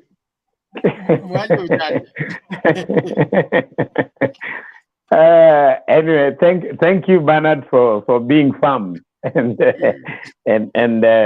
let me take this opportunity to answer my brother Themba. I'm sure he asked that for Kenyans to understand what this meant. It is true that Jakindube is right, and I have reasons. When you listen to Azimio la Umoja, the speech of Baba is very clear. It gives an answer to that, and I'm sure Themba knows. Probably he was just trying to ask for the sake of the discussion. Baba says, we must be Kenyans before we become Luyas, we become Kisis, we become anything. In fact, that is the essence of Azimio la Umoja. Baba anasema, we want people to be looked at as Kenyans. Number two, Baba brought the Azimio la Umoja for Kenyans to partner in the formation of the next government. So Baba and Kenyans are partners. So a partner does not ask what is there for me. Your partners, once we have what we are looking for, then we shall divide among ourselves. So Jakindube is right to advise that let's look at this thing as holistically the way Kenyans will look at it. If you're going for hunting, talk about the animal being ours Don't ask your co-hunting person what will be the part of the animal. So focus on the animal. Let's share the animal. So we are hunters. We are not followers of hunters. I don't know that I brought that home, but Baba said it very clearly. Kisses comes next after you being a Kenyan. Aluya comes after you being called a Kenyan. That is why we want jobs. When Baba will create them, they will be given on merit. Nobody will look at your name before he gives you a job. You are a Kenyan. Let him come to discover, oh, it was my tribesman who is my desk mate or my college mate or my comrade in the university where I do lectures. You know, let it come on merit. But the moment we start saying, yangu ni gani, then as far as Azimio la Umoja is concerned, we are losing the new trajectory of looking at Kenya because we want to change from how we have been addressing each other. So the answer is, usiulize yetu iko nini. You are a Kenyan. Ask what is there for Kenyan first. Thank you. I think, hold on. Everybody's hand is up. Why do people like fighting on... let me say this before I go. The greatest unmaking of this country, the reason why this country has not taken off is that mentality of where people use public office for personal gain. You are a civil servant, but you are in that office to serve your tribesmen, your village maid, and the other people. The office that is meant to serve Kenyans is supposed to serve Kenyans for the good of Kenya.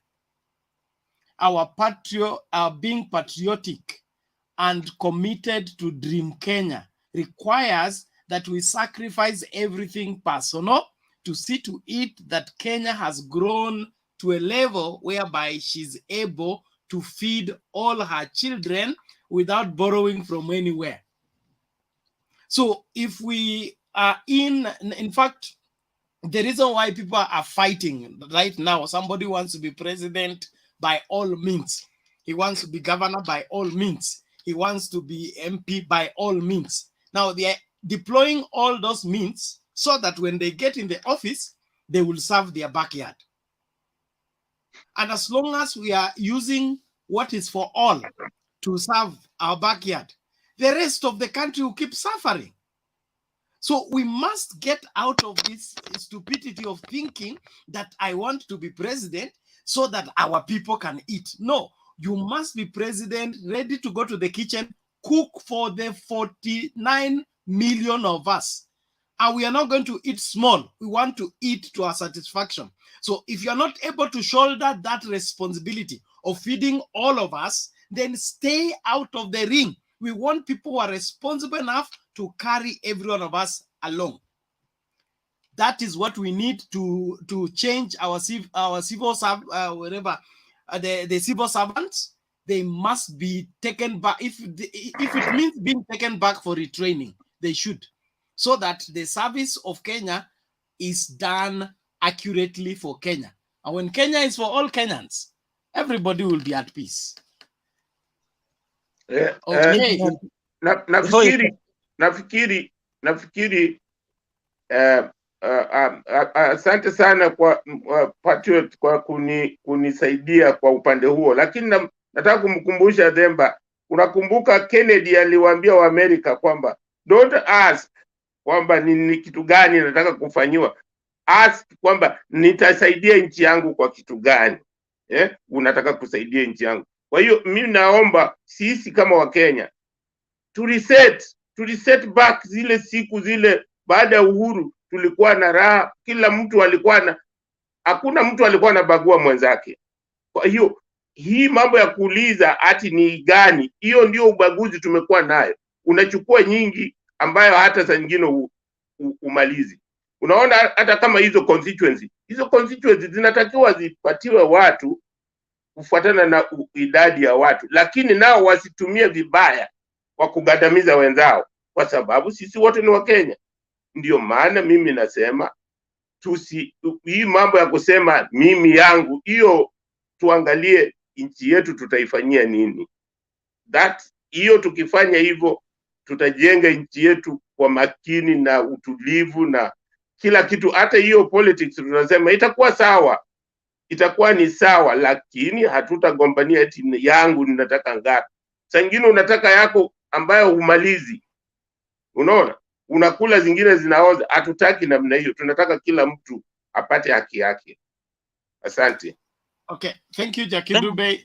Naomba hivi, mikono yote nimeona, lakini rudisha yote chini tafadhali. Nataka tusikie inawezekana, tuende kwa Patriot ndio mtu mwingine aongee. Wale watu wajaongea kwanza.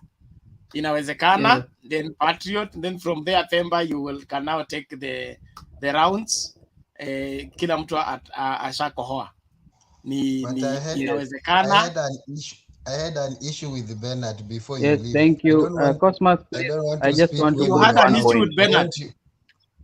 I just have one point to put you must be there. Ngoja, Freddy, relax.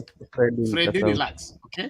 Don't go away. Inawezekana, yeye anakuanga precise and to the point. Wacha inawezekana maliza alafu Yes, how are you, Bernard? Hakuna mahali unaenda, hakuna mahali unaenda. Bernard, hakuna mahali unaenda. Kama ni hivyo tumekataa. There is no vote being taken on this one.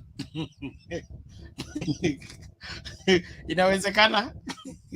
Take it. Yes, I would like to just Patriot, wait, Goja, what is your fear, Patriot? Themba is the fear. Okay, inawezekana, endelea.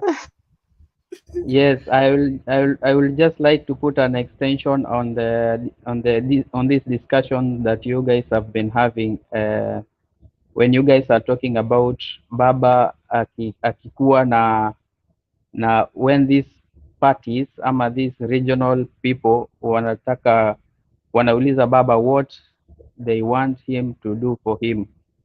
I think sisi kama Wakenya, okay, I am young, but the way I understand is we are somehow different from other countries, like maybe countries in Europe, ambapo unapata like a whole population of a country, they are speaking the same, they have the same culture. But for us in Kenya, I think we originated from different cultures. We have diversity, and we have, in our diversity, there is unity. So I think also Baba has also been telling people that we are partners. We are not followers of Baba. So when they are coming to him and asking for something from him, I think that's just the way it should be. It's not about kutenganisha watu. When he's saying that you speak as a Kenyan first and then you speak as a Luya or a Meru or a Kamba, yeah. So that's why places like Mount Kenya, when Mount Kenya people are forwarding their grievances, because they understand their grievances the best way they can, and they want Baba to listen to them, so that when he gets to government, he can work on it specifically for people on Mount Kenya and specifically for people on Western Province. The other point that I wanted to put across in Ahusu, the sharp differences between these two presidential candidates. We have Mr. Ruto on this side and Mr. Raila on this other side. Why I think Mr. Raila is the best candidate is because we have a constitution. A constitution is what runs a country. It does not matter who is the president ama ni nani ndio hapo kwa leadership. Now, I think Baba is the best because yeye ndio alipigania hii constitution ikakuwa, and he has the blueprint. He understands it better than any other person in this country. Mr. Ruto on the other hand, yeye alipiga kwa udi na uvumba, alipiga kabisa hii constitution. So I tend to believe like even in first 100 days he will be change hii constitution, aiweke to the way that he wants. Kama yeye he does not want even parties to even join him, anataka zote zimezwe ndani. He has shown amekuwa na traces akionyesha akivunja parties from even in Mount Kenya. ananunua SG anamweka ndani ya UDA, ananunua sijui nani anamweka ndani ya UDA. You know, this with these characters unaona huyu ni mtu wa one party state. And with Mr. Odinga you can clearly see what he wants for this Kenya. Anataka Kenya to be run under this 2010 constitution where we have 47 separate county governments ambazo zinajisimamia zenyewe, and yeah, the president ako tu hapo as a symbol of unity. He does not do much more. Anataka 35% ziende kwa counties. Yeah, so those are just the 2 points that I wanted to put across, and I hope I will get another chance to speak when I get. Thank you. Okay, thank you. Inawezekana. Freddy, iko nini? Asante sana. There is something I just wanted to allude here in this platform. When you talked about the Kenya first, ukue Mkenya, we ukue Kenya kwanza, ndio sasa tribe ikuje baadaye. This is what I want to say for you guys who are there at home. This disease, it has been immigrated from the bottom there, the ground, up to where we are right now. For example, our own embassy here where I am, our own embassy, driver. Are you talking about bottom up? Bottom up, Fred? No. Fred, sorry. Umeongea bottom up. Clarify, please. Patriot, hold on. Sila kwanza ndakubolera wewe. Okupavira hata. What I'm trying to say here is, here where I am right now, our own embassy, even a driver in that embassy is the people from Pakistan, Bangladesh, and India.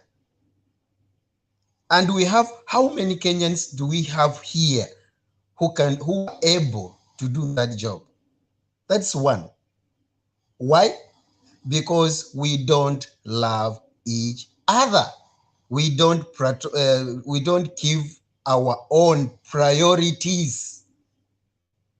That's why we are being mocked whenever we go. Whenever you go to look, you are coming from where? Kenya, yes, Kenya, and then you are being identified as Kenyans. Kenyans are very shrewd people, despite the fact that they are very hardworking people. Very hardworking people. If there is any place you can go, Google all this country, all over the world, the best people, the best doctors, even in US, Australia, where they are Kenyans. The best teachers here in Arab Emirates or wherever, they are Kenyans.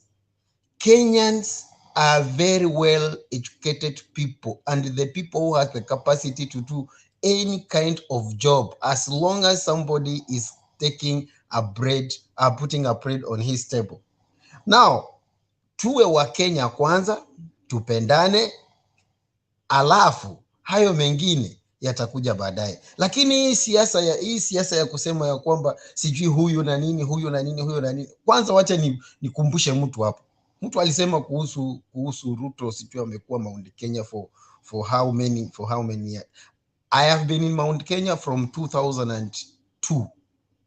So when 2007 came, I was in Mount Kenya. I voted in Mount Kenya. I know. Why? Do you know why? Do you know the reason why walibadilisha lebo ya chama ya LTP ikarudishwa wheelbarrow? Wheelbarrow is a symbol of slavery. And in the wisdom of Ruto, he did his own good statistic. And he find out that if there is place people are oppressed, they are poor, is in Mount Kenya. Why? During Moi regime, that place was neglected for a very long time, for 24 good years, whereby that place, most of the majority are poor. So what you do, you bring something that you make sure that this person is oppressed to an extent that he will not move forward. Sasa wewe ukipeleka mtoto university akuja apewe wheelbarrow, inamaanisha ataenda mbele ama ataendelea kusukuma samati ya nguruwe huko na mbuzi huko, akiendelea kuchunga kondoo huko chini. You see, that effort of a parent to make sure that his child has got the best, itakuwa imeambulia patupu. So tafadhali, Kenya first. Let us look one another. Let us be our brother's keeper and tell those people, my friend, even here, we are watching them. We are monitoring them. The president gives people work, and here they are not taking Kenyans' issues at hand. There is no way I can march in the office of in the embassy. I need an assistance, and somebody ule mtu tunajua na kwanza, it's very bad. I will say that in a different forum, not now, but hiyo tutaongea baadaye. So thank you for listening to me. Patriot, niko na wewe ndina. Order. Okay. Hold on. Okay, what is it? I wanted it it's not a submission, eh? Yes. From what I'm getting from our elder brother here, Jakendu Bey, and my brother Patriot, we are just trying to interrogate the process of reforms in this country. And we are trying to identify the players. It is good the history guides us in this very topic. When we are talking about the unity and the togetherness, or even the continuity of this country, let us see what steps has this country made? Where did this journey begin from? So that as we are comparing who to choose to be the next president, I think we can best form this opinion or a decision based on the history that this country has come. In 1992, there are people who are fighting for repealing of Section 2A. Okay. Okay, thank you. No. Ngoja. You made your point. Okay. History is relevant and necessary. We'll give you a chance to take us to that 92 until now. Okay. In the meantime, let's hear from Patriot first to make his submission. Thank you.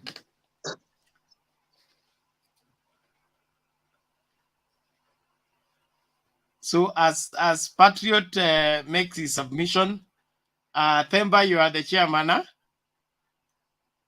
Utafunga station wakati wote unajisikia umesikia. Bernard.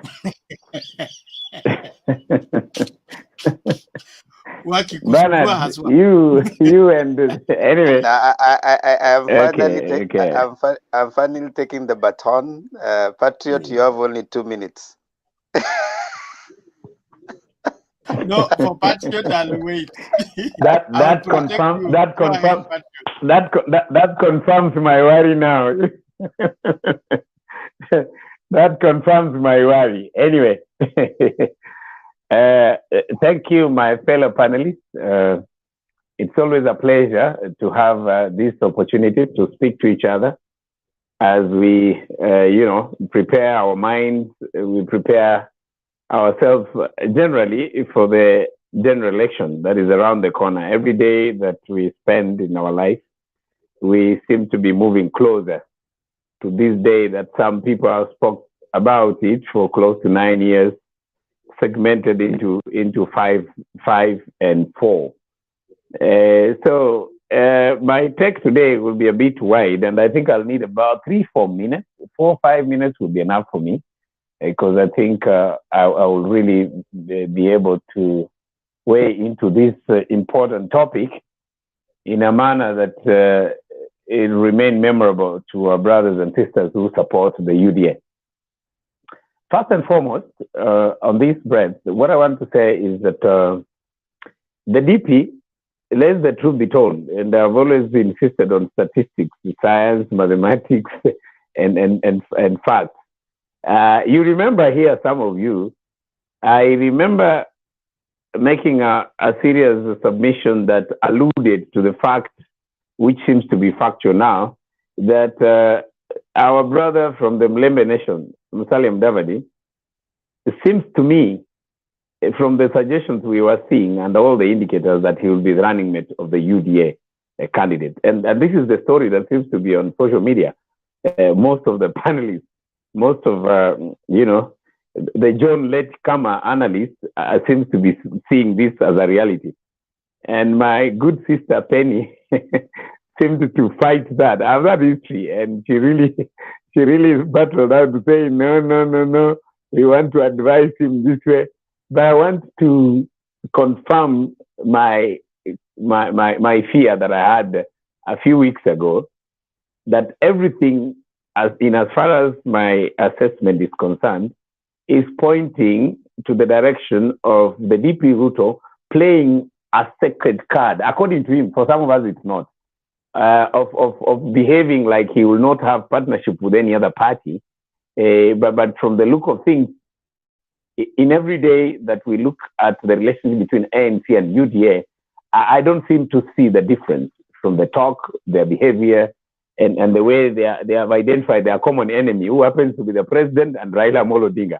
And today, when I was watching one of the legislators from the ANC, he came out to actually say, well, Musalia Mudavadi, the people that you are competing with, it is Ruto and Raila Amolo Odinga. Hii watu wengine wachana nayo. Meaning, there was no Oka in the first place. And I'm happy that you didn't spend much time to discuss the so-called Oka.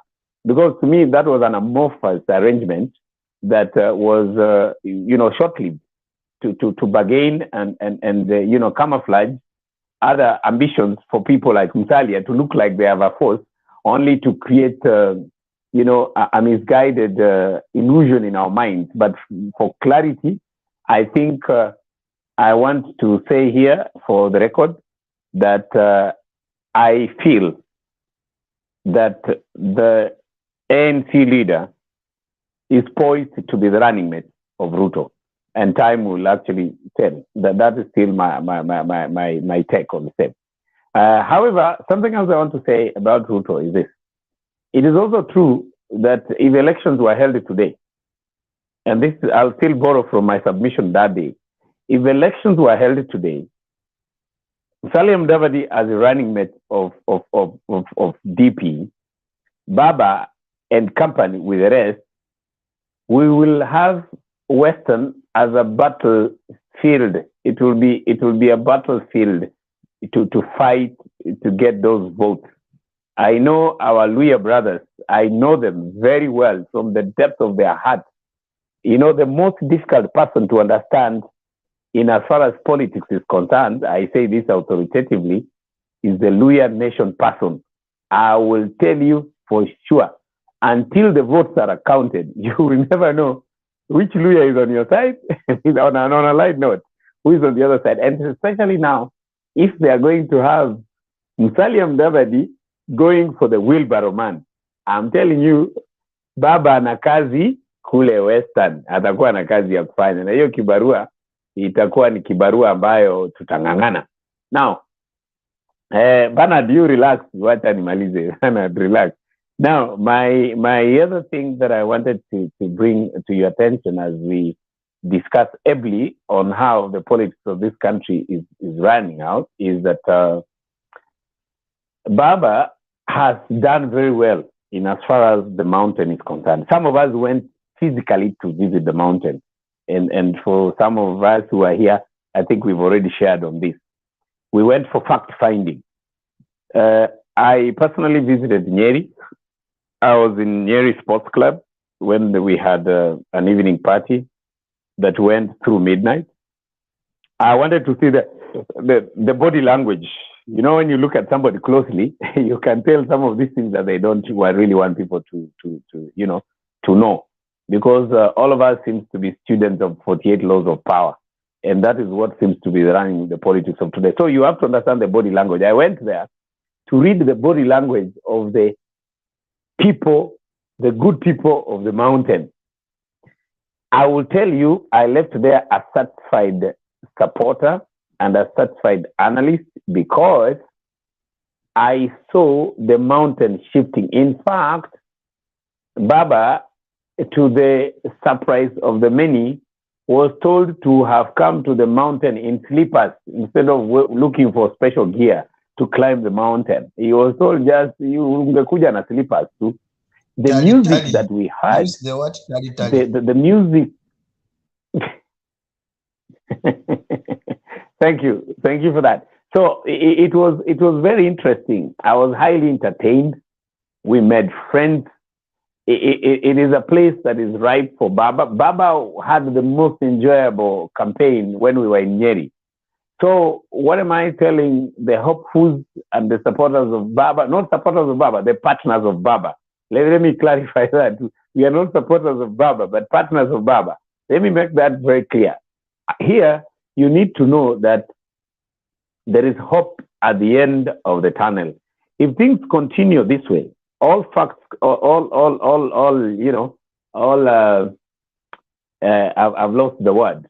If everything is going to remain constant as projected in matters as Azimio la Umoja, I think by the month of March, April, we will have scaled the mountain to 50-50. And that would be like the most achievable thing that I see from Baba doing. DP Ruto blaming the political war, his political wars, because of the support, and he thinks he has a mass support and stuff. I think in my view, he's playing the card Baba was playing in 2017. You know, Baba was the people's president. Why are we forgetting Kenyans? Baba has been the people's president until the other day. He relinquished that seat and he was opposition leader. And our friends thought, because Baba has been doing it with a smile, with jinx, with proverbs, he thinks being a people's president is an easy thing. Even being a people's president is not easy.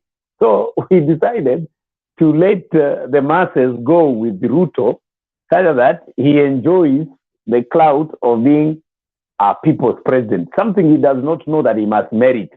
He must merit. I'm yet to see him call for a holiday in this country, you know, opposing the sitting president, you know, and people follow to do that, because that is what means to be a people's president. A people's president means you say, hakuna kukunywa chai na maziwa ya kutoka A, tutakunywa na ya B, and people will do that. That is the merit of a people's president. So he's masquerading as a people's president in waiting, which I'm sure is a tall order. And unfortunately, if Baba happens to give him a handshake in the next election, he can only be made to sell his eggs. And I said the other day, his eggs and chicken, because that is an enterprise that must be supported. We can't let it go. A Kenyan has really invested in such. That is where we want to go. But the other thing I also want to say categorically, Baba will be willing that the DP and his... Bernard. Order. Who is shouting, Bernard? You are giving Patriot a lot of time. Cosmas, relax, okay? We're coming back to you. I requested for 5 minutes. You are not there. But now it's almost 30 minutes. Hey, Cosmas. You must be dreaming, my friend. I've just begun. You know, Cosmas, stop dreaming. Please, relax, that's a lie. And that's how you people speak lies. Make us put you on the waiting list. No. Hold on. Okay? Let him finish, then you will come in. Thank you. Patriot, please conclude. Since Cosmas, if Cosmas will fight me in the media, what if he'll meet me physically? I'm worried now. I'm a worried man. Please. Let me finish quickly so that I don't antagonize most of these people then. Now, what I was saying is this.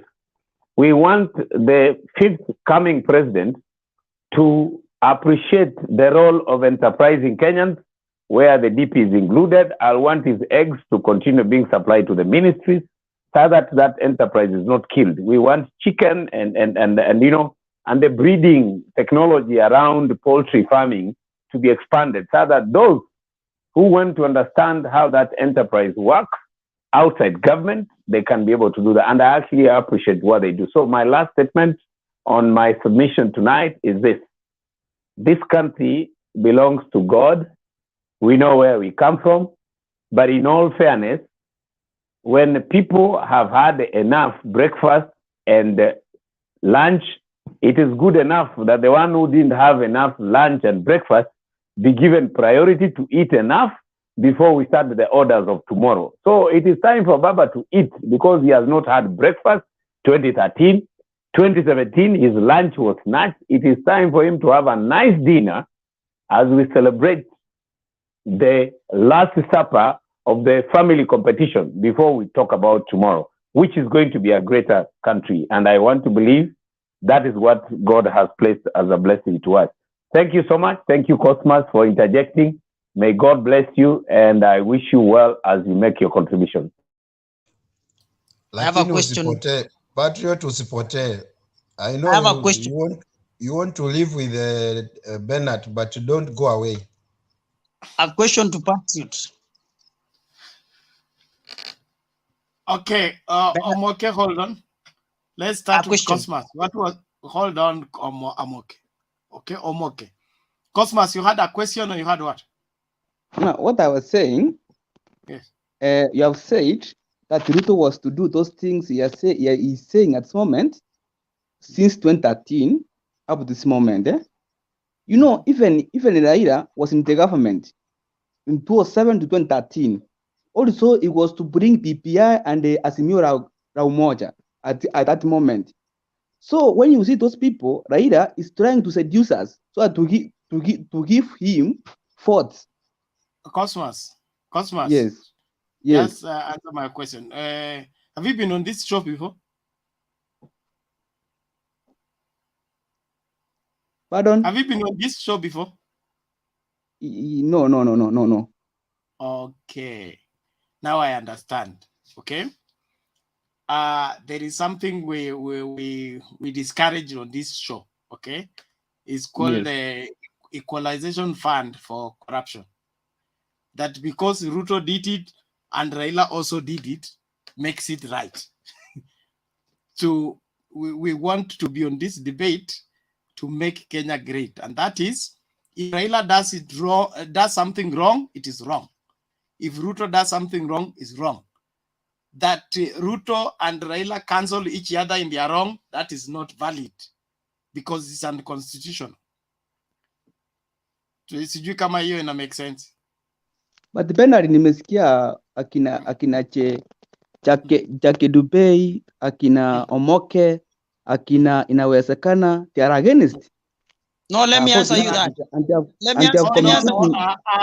Stop shouting. Let me answer you that question. God, you have asked. Omoke, you know, I'm being very patient. He has pointed me. Ngoja, kuna quarantine hapa. Ndapeleka wewe hapo kwanza, nitakujia baadaye. Subiri hapo kwanza. So, Bwana Cosmas, tunataka, if you are against what Raila is selling, you oppose it with facts. Okay? If you are against what UDA is advocating, like Ruto saying he's suffering because of the people, there is no day Ruto has suffered because of the people, and the people have never caused Ruto any pain. I am sure even now he sleeps after talking about Wilbaro and the other Mamambogas. He sleeps without worrying about any of those people. Why? History has proved it. From 1992, when he joined politics, till today, he has never fought for the people. He has always been on the side of the oppressor. He cannot change tonight and become now the supporter of the people. Now, may I ask, who's the chairman to the group? Yes? Who's the chairman to the group? My brother. Which group? UDA? No. Bernard. I want to inquire. Bernard, are you the chairman to the group? Yes. Eh? My Let's brother do this. Cosmas. Let's do this. Let's do this. Let's do this. Cosmas, karibu Yes. kwa show. And I'm happy that you're here. Thank you for your contribution. But let's debate on serious matters. Tuache hii story ndogo ndogo. Sawa sawa? Penalty Story sikatai. You ndogo are the ndogo ya chairman, Raila si ndio? alisema, Raila alifanya, tuachane na hiyo. Tuangalie Penalty you are mambo the chairman, eh? makubwa. Yeah. Penalty you are the chairman, eh? A What chairman, is a wrong? chairman. What's wrong with me being chairman? You are the chairman, eh? A What chairman is happened? supposed to be neutral. Oh, that is the problem with UDA people. Hmm? No, They no, enter no, your no, no, house, no, they no, want no. to arrange your house, they choose for you a wife, they choose for you children, they want to choose for you the food to cook. A That is speaker, not going a, to happen. Oh my goodness. a speaker, Listen, a speaker, a speaker listen. must be neutral. Neutrality is not you can't go to war and be neutral. You will die No, before you, the first no, bullet is shot. He has stopped Penalty he you are has the, stopped Yes, being a penalty you are the please. chairman. chairman Hold to a on. speaker to a what now, Order, really? everybody. Order, everybody. Cosmas, thank you very much. Moke, you have a question quickly, please. You know, now you guys, you're making us forget what we are supposed to ask Patriot, because he had given us some good points that we needed to respond to. Now, there is a question, there is an issue about Musalia that Patriot talked about, and I wish he's keen so that he'll be able to tell us about. He has told us about Musalia warming up to be the deputy president of DP Ruto, maybe in their formation in 2022. I think that it is not going to be practical. For one, because to me, I just feel like Raila and DP, all of them are going to top for the deputies from Central Kenya. And even if Musalia is going to deputize the deputy president, William Ruto, they're going to be a pair in 2022. Mr. Patriot, we were in this country in 2013, where Musalia stood as a presidential candidate and Raila Odinga stood as a presidential candidate. The votes of Western Kenya are not going to be affected or are not going to be tied under the back of William Ruto because Musalia has joined William Ruto. Why? Even when Musalia was a presidential candidate and Raila was a presidential candidate, Musalia barely got 500,000 votes. And we have more than 2-3 million votes. We have 2 million votes from Western Kenya. Too much. 400. Yes. So why are we so bothered about Musalia that he will give the Western votes will go to DP Ruto? Should Musalia support DP when we know we were in this country when he stood as a president and he barely got less than 500 votes, and Raila Odinga, actually, who's not from Western Kenya, got more votes than him. In fact, as we even speak right now, a member of parliament. Point of correction. Let me finish. He's the great grandchild of Mumia Nabongo. He's from Western. Okay. Yes. Now let me. Rest are the visitors. The governor of Musalia Mudavadi is an ODM governor, where Musalia pretends to be having an ANC party that is popular in Western Kenya. He is member of parliament from Sabatia. He's an ODM member of parliament. So, to me, Bwana Patriot, I feel like let Musalia deputize even Dida if he wants to. But his fate will be decided on the ballot. And there is my brother here, Cosmas, who comes from my community, and I'm the best person, I think, to answer him. First of all, welcome to the show. Cosmas, are you listening to us? Welcome to the show. Here. Bernard, just a minute, Bernard. Yes, Patriot. A minute, Bernard. Okay, Patriot. I think there's something that should be put into order, Bernard, with a lot of respect. Omoke asked me a question. He was not to ask questions to everybody. He was to ask me a question. I answer so that I let others speak. So can I answer my question so that it does not become a debate of the village? Let me answer my question. Then I get it back to you, Bernard. You relate to somebody else because he's rushing to Cosmas again. I'm the one to answer the question he asked. Then I let that go. There were only 2 questions because I was not going to get another chance to ask any question. Patriot, you took Jakindube's question. The best way to handle you guys is to end this show. Patriot, you took Jakindube's question. Also, Themba has begun to quote. Anyway, if you are willing, Themba, then you can answer for me. If you are willing to answer for me, well, I'm good. Yeah, but there's a question he has asked which I think should be answered. Order, both of you. Thank you. Cosmas, your mic is on. Mute, please. Thank you very much. Moke, you asked the first question. Have you asked the second one? I'm going to ask the second one. Okay, make it brief, please. If a question session is not submission session, go straight to the question. Let the person respond, please. This one goes to Cosmas. Here we don't have kind. Hold on. If it's to Cosmas, you will ask later. Let Patriot respond to his question first. Thank you so much.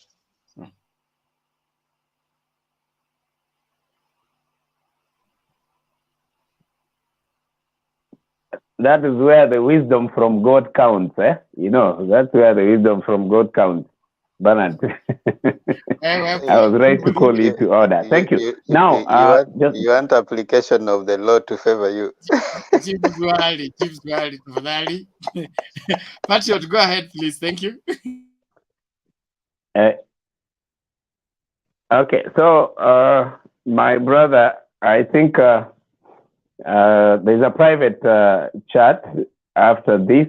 You seem to be coming from my countryside village. We can share that into details because I don't want to really spend much energy to emphasize that point. The circumstances of Musalia vying in the last election, and now they're different. He was not a host then. He was a mule, politically speaking. But when you tie Musalia's aspirations to Ruto, who happens to be a host, the circumstances are different. The thing I also want to let you know, in my living outside, my original motherland, you realize that the experience I've acquired has so much to understand our Luya brothers in a manner that sometimes I feel I'm one of them. So one thing I'll tell you is this. The Luya people are very brilliant people, by the way. Don't think that these are very, and in fact, the most learned village in the world is found in the Luya nation. That's one thing you need to know. So a Luya knows when he's losing a fight. The fact that they did not vote for Musalia, just to give you a summary, is because they knew Musalia was not a host in that race. But the moment Musalia joins a host, who happens to be Ruto today, because there are only two horses. If Raila does not win the election, you know who will be the president. If Ruto doesn't win the presidency, then you know who will become the president. So that is why, in my view, and my statistical analysis says that even Musalia puts his strength to UDA, there is the assumption and there is the perception that if Raila does not win, Ruto will carry the day. So I'm saying Luyas will be divided between two horses, not between a mule and a horse. That is the circumstances I'm giving you. And then the other thing I also want to let you know, Musalia Mudavadi, just a quick one, when he was running last time, Raila Amolo Odinga had a running mate from the other end. Remember, Musalia came out of that as an embattled fighter in that election, simply because he was a presidential candidate. I am talking of him being a running mate. That is a different circumstance. Understand that dynamic. Those dynamics will present you different observations. That is my take. But if you want to insist to know anything further, I think we can exchange. In 2002, Musalia you're not being fair. Can I? No, you're not. No, 2002, Musalia was the running mate to Uhuru Kenyatta. 2007, Musalia was the deputy of Raila Odinga. You see now how you guys are not listening. That's not what I'm saying. Hold on, Patriot. Thank you. Thank you for elaborate answer. Hold on. Thank you for the elaborate answer. Bernard, I was doing my summary before I was interrupted. No, Can I do my last statement before Themba interrupted, please? No. We were just giving. No. Themba, hold on. Goja kwanza. He needs to acknowledge 2002. Let him acknowledge 2002. Mudavadi being a running mate. He didn't acknowledge that. Also acknowledge 2007. Hold on. Okay, Patriot finish, alafu mimi niseme mimi ndio Mluya kamili hapa. Nitawaeleza vile tunafanyanga vitu zetu. Thank you. The example that Omoke brought.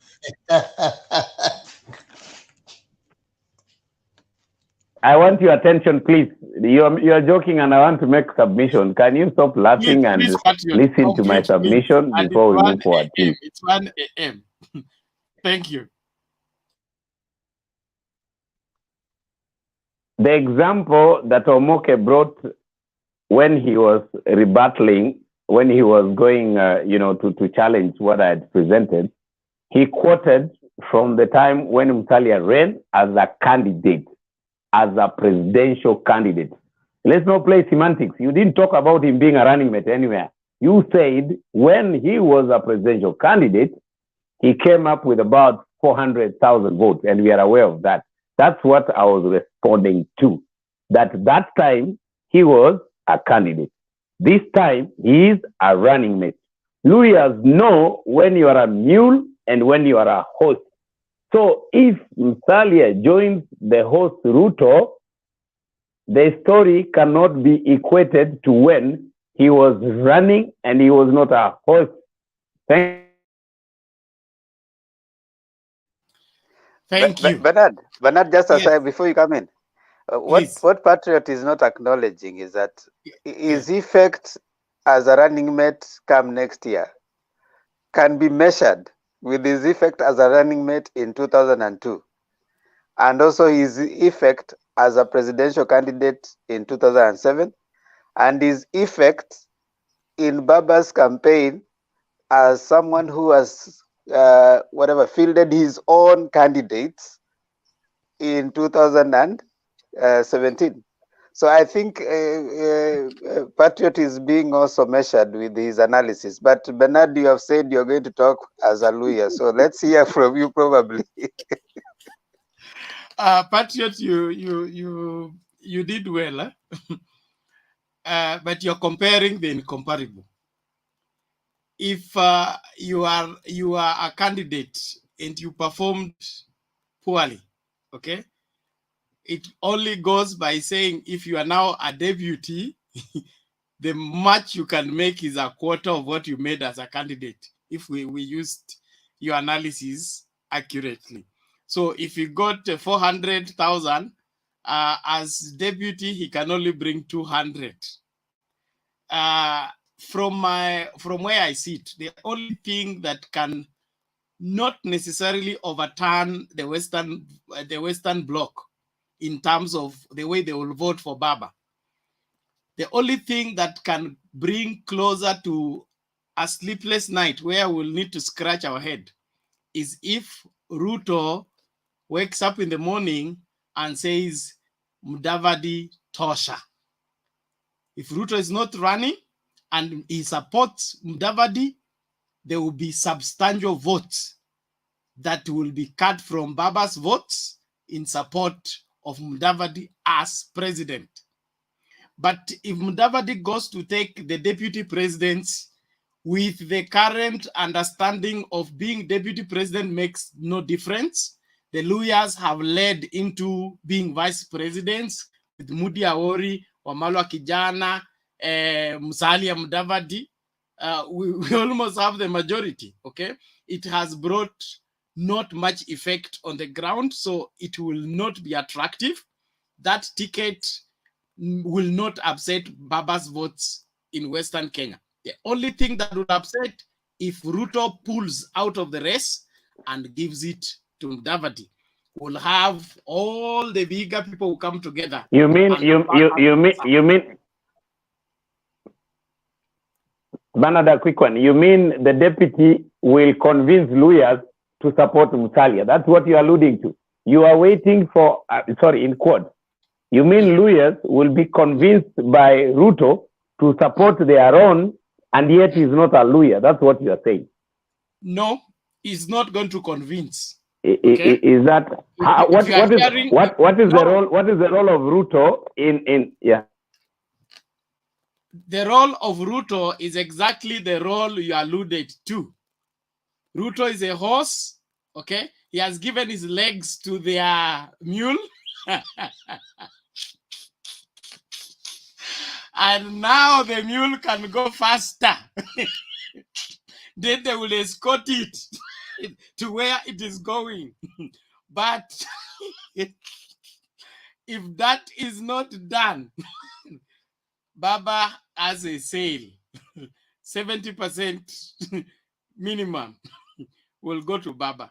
So I think that's all I can say. So as at now, if the problem is that if Mudavadi accepts to be Ruto's running mate, he's finished politically completely.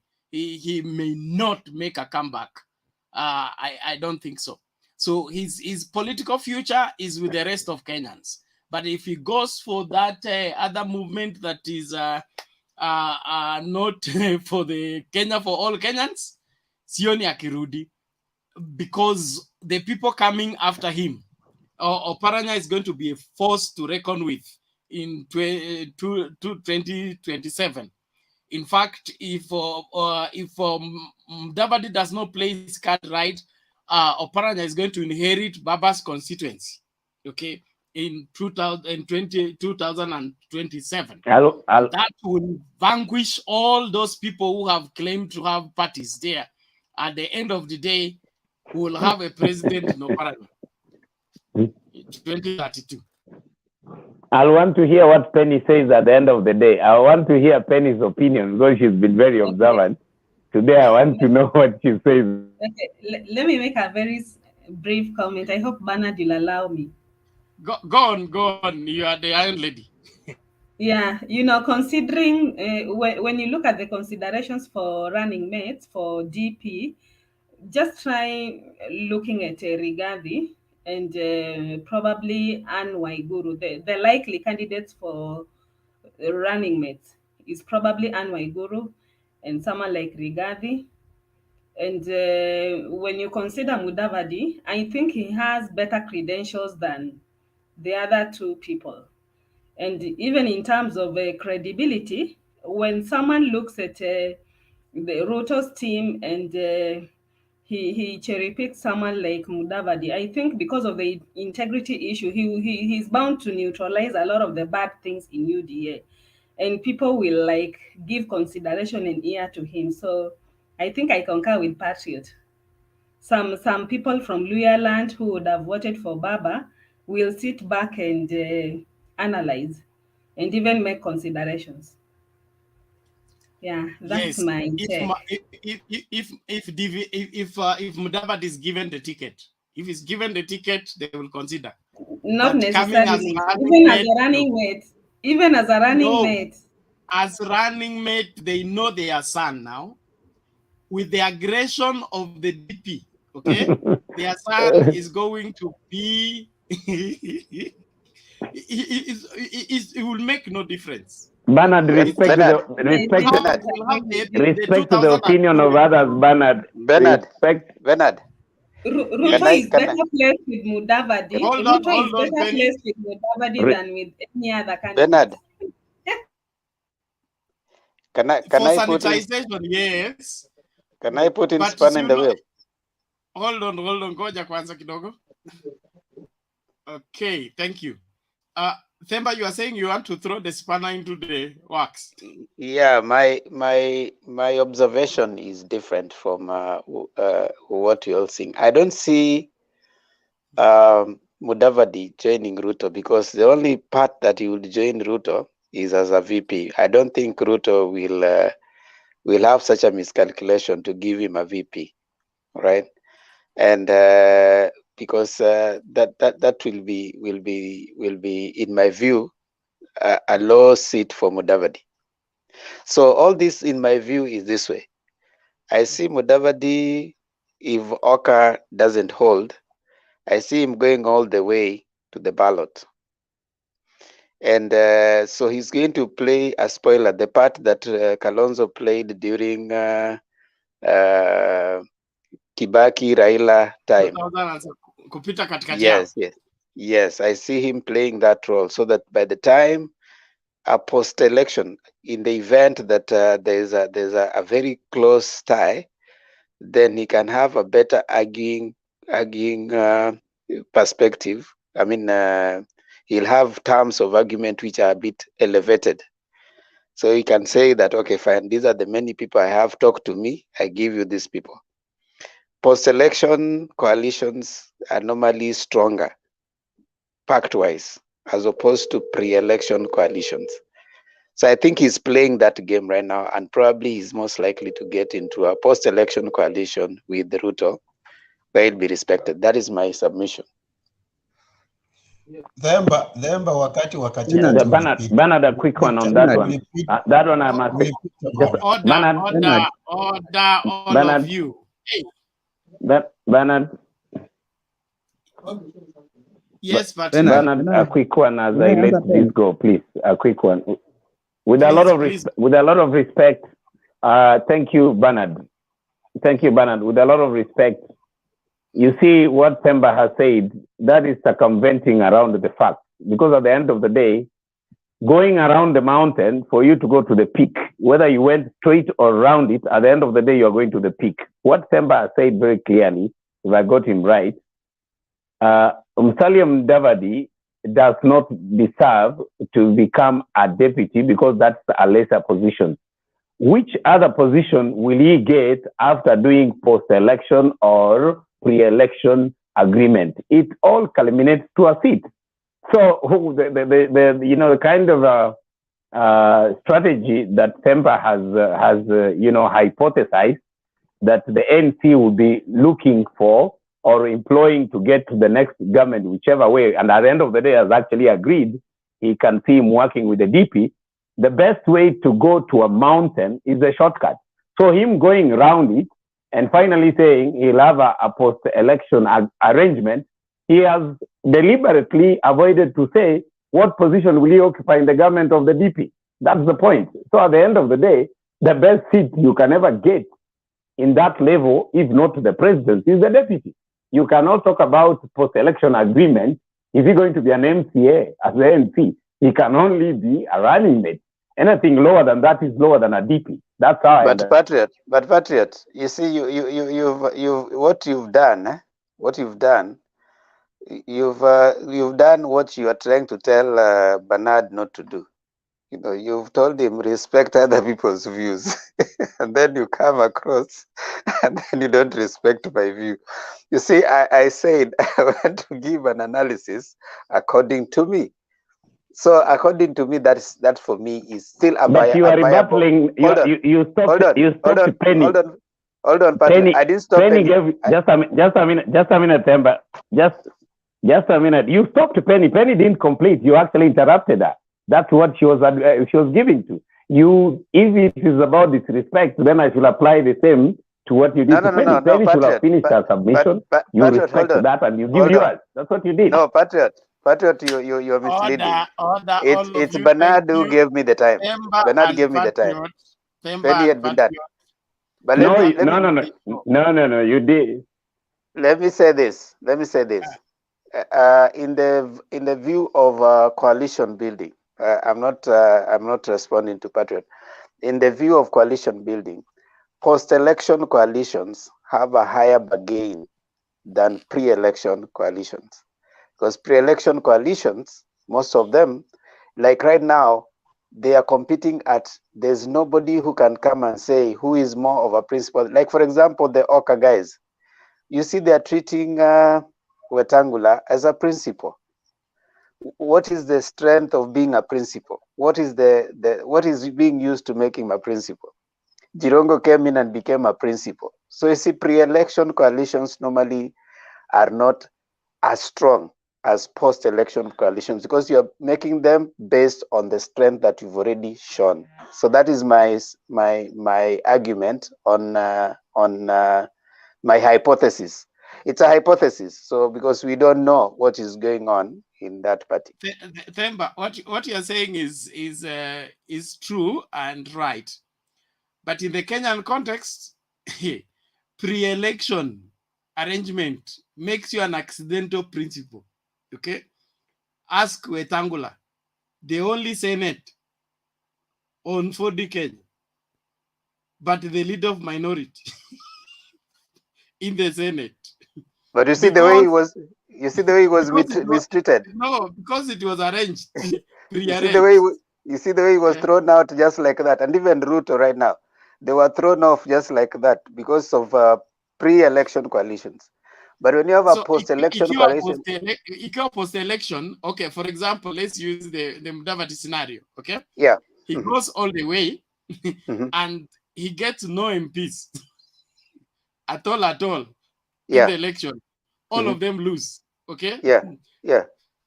What will he be bringing on the table for negotiation in the Exactly. You know, post-election coalition, you're working with someone on the value of the strength that you're looking for. Pre-election, you're looking at a proposed. When you're having a post-election coalition, I'm coming to talk to you, Bernard, because you have the numbers. So when we draw those numbers, there's a particular mandate you deny me.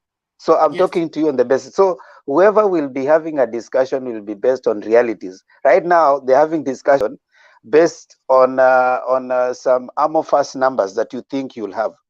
What if come next year after election, Musalia Mudavadi doesn't have numbers, and maybe a party like these guys, Mbas, has the numbers. So the people who will be front runners will have post-election coalition with the people who are relevant to them. So the only thing Mudavadi is banking on is trying to see, can I get that? That's why he's going around and trying to present himself as the middle ground between extreme Raila and extreme Ruto, so that he tries to get his numbers come next year. In my view, we are not saying that's what he'll do. Right now, anything is possible. In my view, I suspect he will still go up to the end, depending on how Oka turns out. And then maybe if he gets whatever numbers, now he can say, I'm giving you this to give you some mandate from Western. That is my submission. So he's repeating the 2013 mistake, which I believe this time is going to punish him seriously if he tries to go that way. There are historical moments that require people to think differently. You cannot.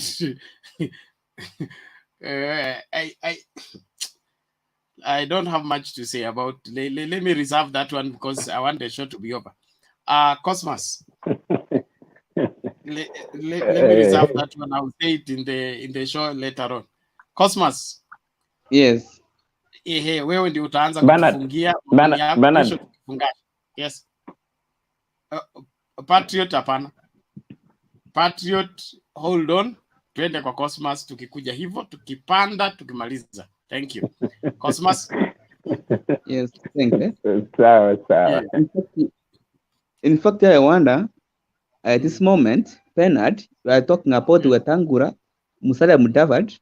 We are talking about, let us talk about Kalonzo and Gideon Moye. At this moment, let us forget about those people. At this moment, we have only two horses. Who's Raila and DB. No ukiangalia watu wawili, nobody mwenye atendosi mtu.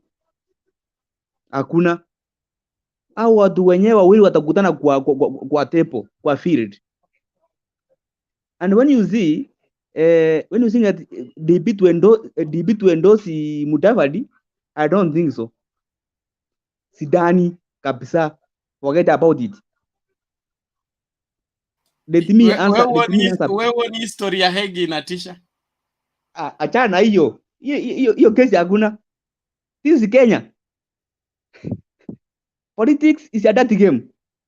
Utashangaa 2022 Ruto na Uhuru wako tena pamoja. You will be shocked. Politics is a dirty game. Ama Uhuru ifika 2022 akue pupu fenye Kibaki ilifika 2013 akakuwa pupu. I think you remember when they was nusu mkate Raila and Kibaki. Ikafika 2013 Kibaki akakuwa pupu. Kaweka sera tupo kwa mdomo. Vitu vikakuwa vile vilikuwa. Utashtuka saa hizi mseme Raila ikifika 2022 Ruto aweke nini Uhuru aweke sera tupo kwa mdomo. Things will change. Politics is a dirty game. You don't know politics will change even at 11 hours, one day too. Another issue, let us forget saying that DP will have a running mate either Anne Waiguru ama Mudavadi. Forget about those people. Anne Waiguru has no faults. Ruto at this moment, he will have a running mate from Central. Raila, he will have a running mate from Central. So those people, those two horses, they are targeting Central. Central, we have many faults. Now, Ruto and Raila, they are targeting Central, a running mate. So that's why also DP is fighting to get Mudavadi. At least to get something, a certain number of votes from Western. Now, what I was telling you, and I was advising you freely, politics is a dirty game. Let us not put hope that 2022 it will be Raila. Things will change. Thanks. You are saying things will change. What will change the things? I am saying things might change. Oh, might change. Thank you. Yes. That's all I needed to hear. Fred, in 1 minute. Thank you, sir. First of all, let me tell my brother Cosmas. Do you see that mountain you see? Maybe I have voted in Mount Kenya from 2002, 2007, 2013, 2017. That's 4 times I have voted in Mount Kenya. So if there is something I can talk with passionately, as being a lawyer, being in Mount Kenya, my friend, you will be very surprised. Do you see what Uhuru is doing? That is the junior Kenyatta. And he means what he say. And if there is any smart politician in our country today, is Uhuru Muigai Kenyatta. He always calculate his moves. He don't speak when his time has not yet come. He don't act when the time is not due. He's very smart politician. For that one, I give him that credit. So, as for the mountain, despite the fact of okay, we have the underdogs in Mount Kenya. That is obvious. But the time the son of Jomo from Kadundu will speak, even the wheelbarrow, the yellow fever people, they will never have a place to be hide. They will never get. I'm telling you for sure. Because I know these people. I have lived with them. And I have a good experience with them. My friend, they will joke with them. They will tell you, they will sweet talk you. but at the end of the day watakuuliza mwana wa mugongo na wada ali kuria wa mbere. My friend, mtoto ni mtoto, awe wa tumbo ama wa mkongo, na kila kamwana atakuwa amesema basi ni hivyo mtu wangu. So hiyo equation toa, awe Waiguru, awe Rikadhi, awe nani, hakuna mtu ata overturn the word of their king who is kamwana ambaye ni Uhuru Muigai wa Kenyatta. That is the only person who holds the keys of mountain, not yellow fever as they claim. The person who holds the keys to the mountain is son of Jomo. Kalas. As for the patriot, was umpe njakoza kukachule kwa baadaye. Nimemaliza. Bernard, please, may I answer Fred? Just a minute.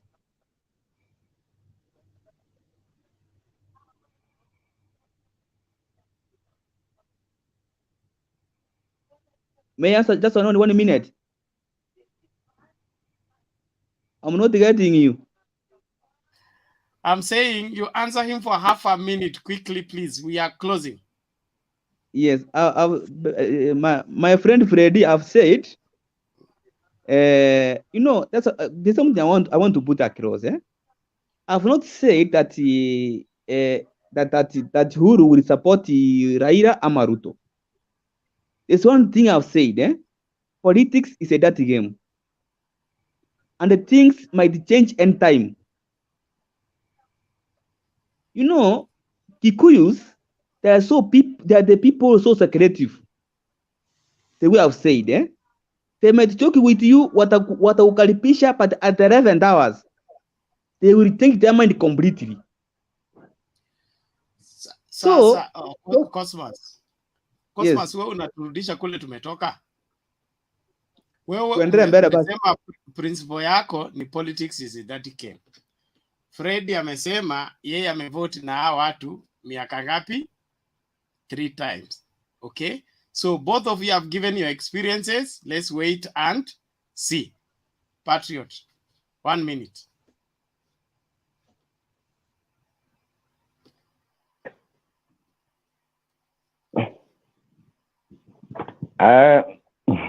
Thank you so much, my fellow panelists. I want to be quick to dive to my conclusion today. We seem to be so much focused about the Luya nation and the mountain, and for sure, that is where the story lies. Waluya na watu ya pesa, the chicken sellers or the chicken eaters and the money-looking fellas. That's where the story lies, and this is interesting actually. We seem to look at these people from different dimensions. Just like a house, when you're building it, you have different perspectives of how the house is coming up before you actually conclude. Unasimama huko mbali kwa jirani, unaiangalia, ule mwingine anaiangalia kutoka chini, you know, that way, and you'll be talking about the same house. So we continue enriching ourselves as the potential politicians, as potential leaders or current leaders in our own, you know, rights, wherever we are.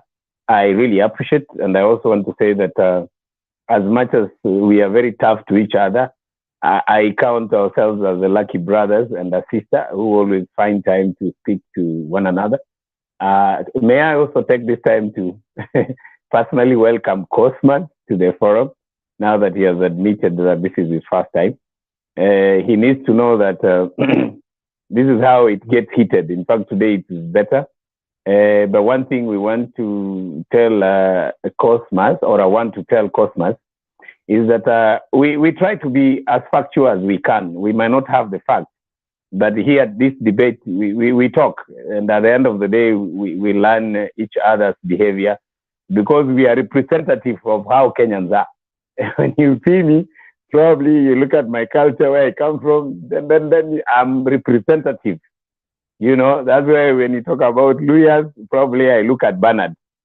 We talk about, you know, Fred, we have we have some culture in mind. When you look at Penny, when you have Onyango, that's what it goes. So my parting shot is to say that Baba has a great potential and chance to become the next president, given the fact that he has the choice of getting a running mate from Mount Kenya, but at the same time be able to keep the good number of followers from the Luhya nation, giving the vote. That goes without saying. That is very true. And then, of course, I also agree with you, Cosmas, that a day in politics is a very long time. It can change. It can mean a lot. And some of these politicians we support have kept their secrets among themselves. So, and Baba is a very secretive person, by the way. Don't be surprised. But one thing we're not willing for him to surprise us on 10th, one thing we are not willing to get the surprise from Baba. And if he's listening, if they are watching here, they need to hear this. Let him not tell us. Do I even have to say? Anyway, let me not go there. He knows what he should not tell us. He cannot May say God bless you. there. And He then cannot let's say have a good night. He has no choice on this matter. I'm Let Bernard. the people decide. I am sorry, I don't have the words to Thank you so Thank much. you. Thank you so much, Penny, and my fellow brothers, Temba, and the others. I wish you well. Thank you.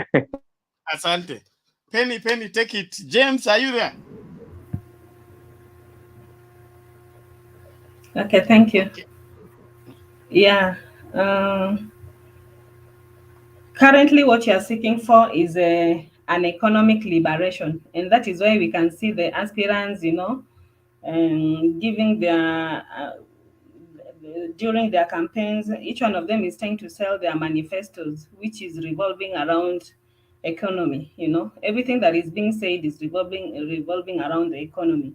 So we first had the colonial liberation in 1963, and then followed by the constitutional liberation in 2010, where there was the referendum, and then now we are seeking to have economic liberation. And it's very important for us to choose the kind of a leader that we believe is going to bring us the real change that we need. So every form and kind of euphoria, and riding on people's emotions and stuff like that is something that we should really avoid. We should go for the real people with real ideas and real, people who have things that are practical. So let us choose wisely and let us vote wisely. Yeah, so that is all that I have for tonight. Okay, thank you, Penny. Thank you so much for your continued support and Bernard. Yes, Patrick. Bernard. Yes, Patrick. I am sorry. I am sorry. Just Penny will not take this as an offense. Penny, we are not going to choose wisely. The choices have been made. When you say we choose wisely, we don't have any other person apart from him. Patriot, you are going to pay two goats, 3 sheep, and a bull. It is well, thank you. So the wisdom has already played. Let's go and execute it. Themba, your closing remarks and then shout out to Tokyapa. Yeah, my closing remarks are going to be geared on the topic of the day, that is Ruto and his claim that the masses, he's fighting for masses. That is not true. He's fighting for his own survival, and he needs to proceed on and continue doing that, because that's what he's been doing all his life. And this is not an exception of what he's been doing. It's a political competition. We respect those who support him. I mean, we are all Kenyans. We deserve a right to support the political party of our choice and the candidate of our persuasion. However, we submit that his assertion that is fighting for masses is not true and is not honest, and therefore it should be ignored with all, should be treated with all the disdain it deserves. So that is my parting shot at this time. Having said that, Temba, how sure you are? Cosmos, unmute. Yes. What is your question? My question is, Yes. how sure Temba is that Ruto he can't make it? No, we never said Ruto cannot make it. Yes, Cosmos, there's something. look here. We cannot even make him make it. The greatest enemy of William Ruto is William Ruto himself. He makes war for himself, he fights himself, he attacks himself, and then accuses everybody for attacking him.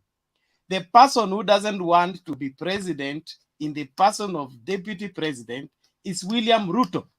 From all indications, even the blind can see it. This person is not serious about being president, because if he was serious about it, look at the team he's putting together. Where is Sally Kosgei? Where is Henry Kosgei? Where is this Franklin Bate? Those were the people that controlled government during Moi's time.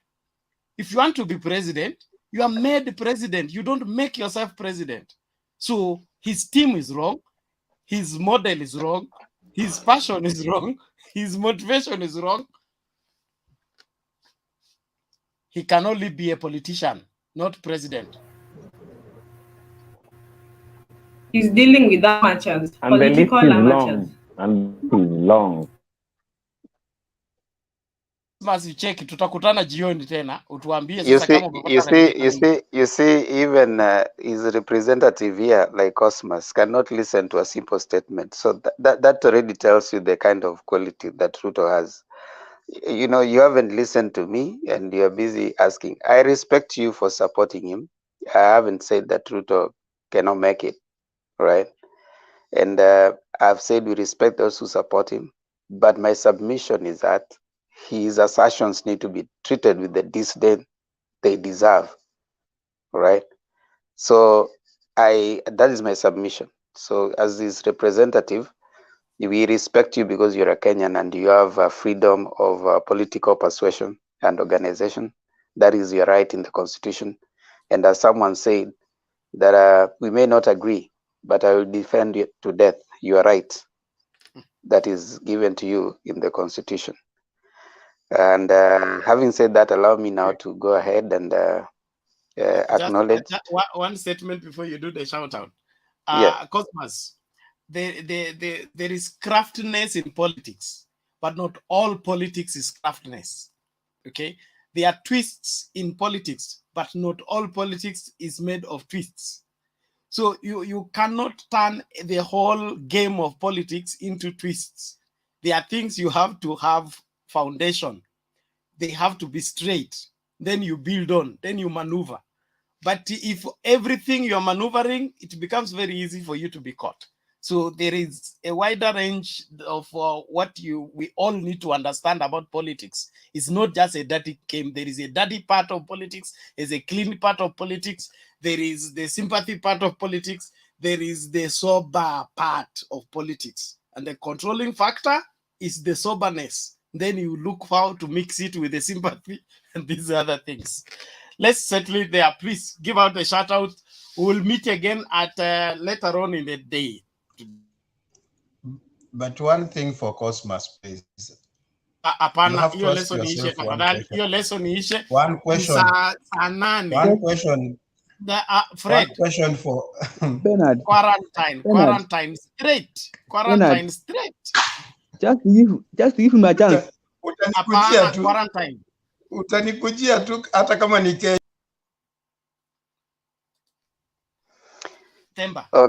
Okay. Let me acknowledge those guys who have been with us. I want to just mention their names. I can see on the chats Mili Adhiambo, Shingazi, asanteni sana. Arwanda Junior, asante sana. Daniel Anyanga, asante sana. Pen Nyagaka, asante sana. Dennis Ondieki. We like your engagements and your interactions on the chats. I can see also Destiny can be postponed. You can see with us Jacqueline Radido. Asante sana for your comments. I can see also Philip Esinga, Michael Marenge, and then finally one more, Aluman Junior. Thank you so much for always coming on and engaging both on Facebook and YouTube. It's always a pleasure to have your comments coming. The more we engage, the better. I know also this the engagement can be therapeutic, because when you talk, you release what is inside of your heart. So that engagement is good. Let's try and always, as we look at each other, we see, first of all, like Bernard said earlier, we see ourselves as Kenyans first, and then the other things coming second. And also, let's respect people's decisions and views and constitutional rights to choose whichever side you want to choose. Let's engage without insults. The more we engage without insulting, like Desmond Tutu said, do not improve on your voice, improve on your argument. That way you are able to change the other person. So let's keep engaging. Don't improve on the insults, just improve on the argument that you're presenting. You can make the same point whether you insult someone or you shout louder, but the more convincing it is the softer it is to get to the other person. Let's see each other as a vote. Like I'm seeing Cosmas as a vote for my candidate. So you need to strive to change that person to be a voter on your side. That one will be helpful to your candidate. Other than that, thank you so much, ladies and gentlemen. Thank you, panelists, Patriot, Penny, James Wan, and Bernard. See you again here. Kindly remember to subscribe and Mutembe TV. And also, if possible, like I usually say, views expressed here are of those people who are expressing them. They don't necessarily represent Mutembe TV or the owner. Thank you so much. Back to Bernard. Thank you. We are going to all to share the grace, and we are done. Everybody unmute, and the grace of our Lord Jesus The Lord Christ, Jesus Christ and the love of and the God love of God, and the and the fellowship fellowship of of the the Holy Holy Spirit Spirit be with us now now Be and and with you forevermore. forevermore. forevermore. Amen. Amen. Amen. Thank you Bye very bye much. bye. Let's meet again Amen. later on in the day. He will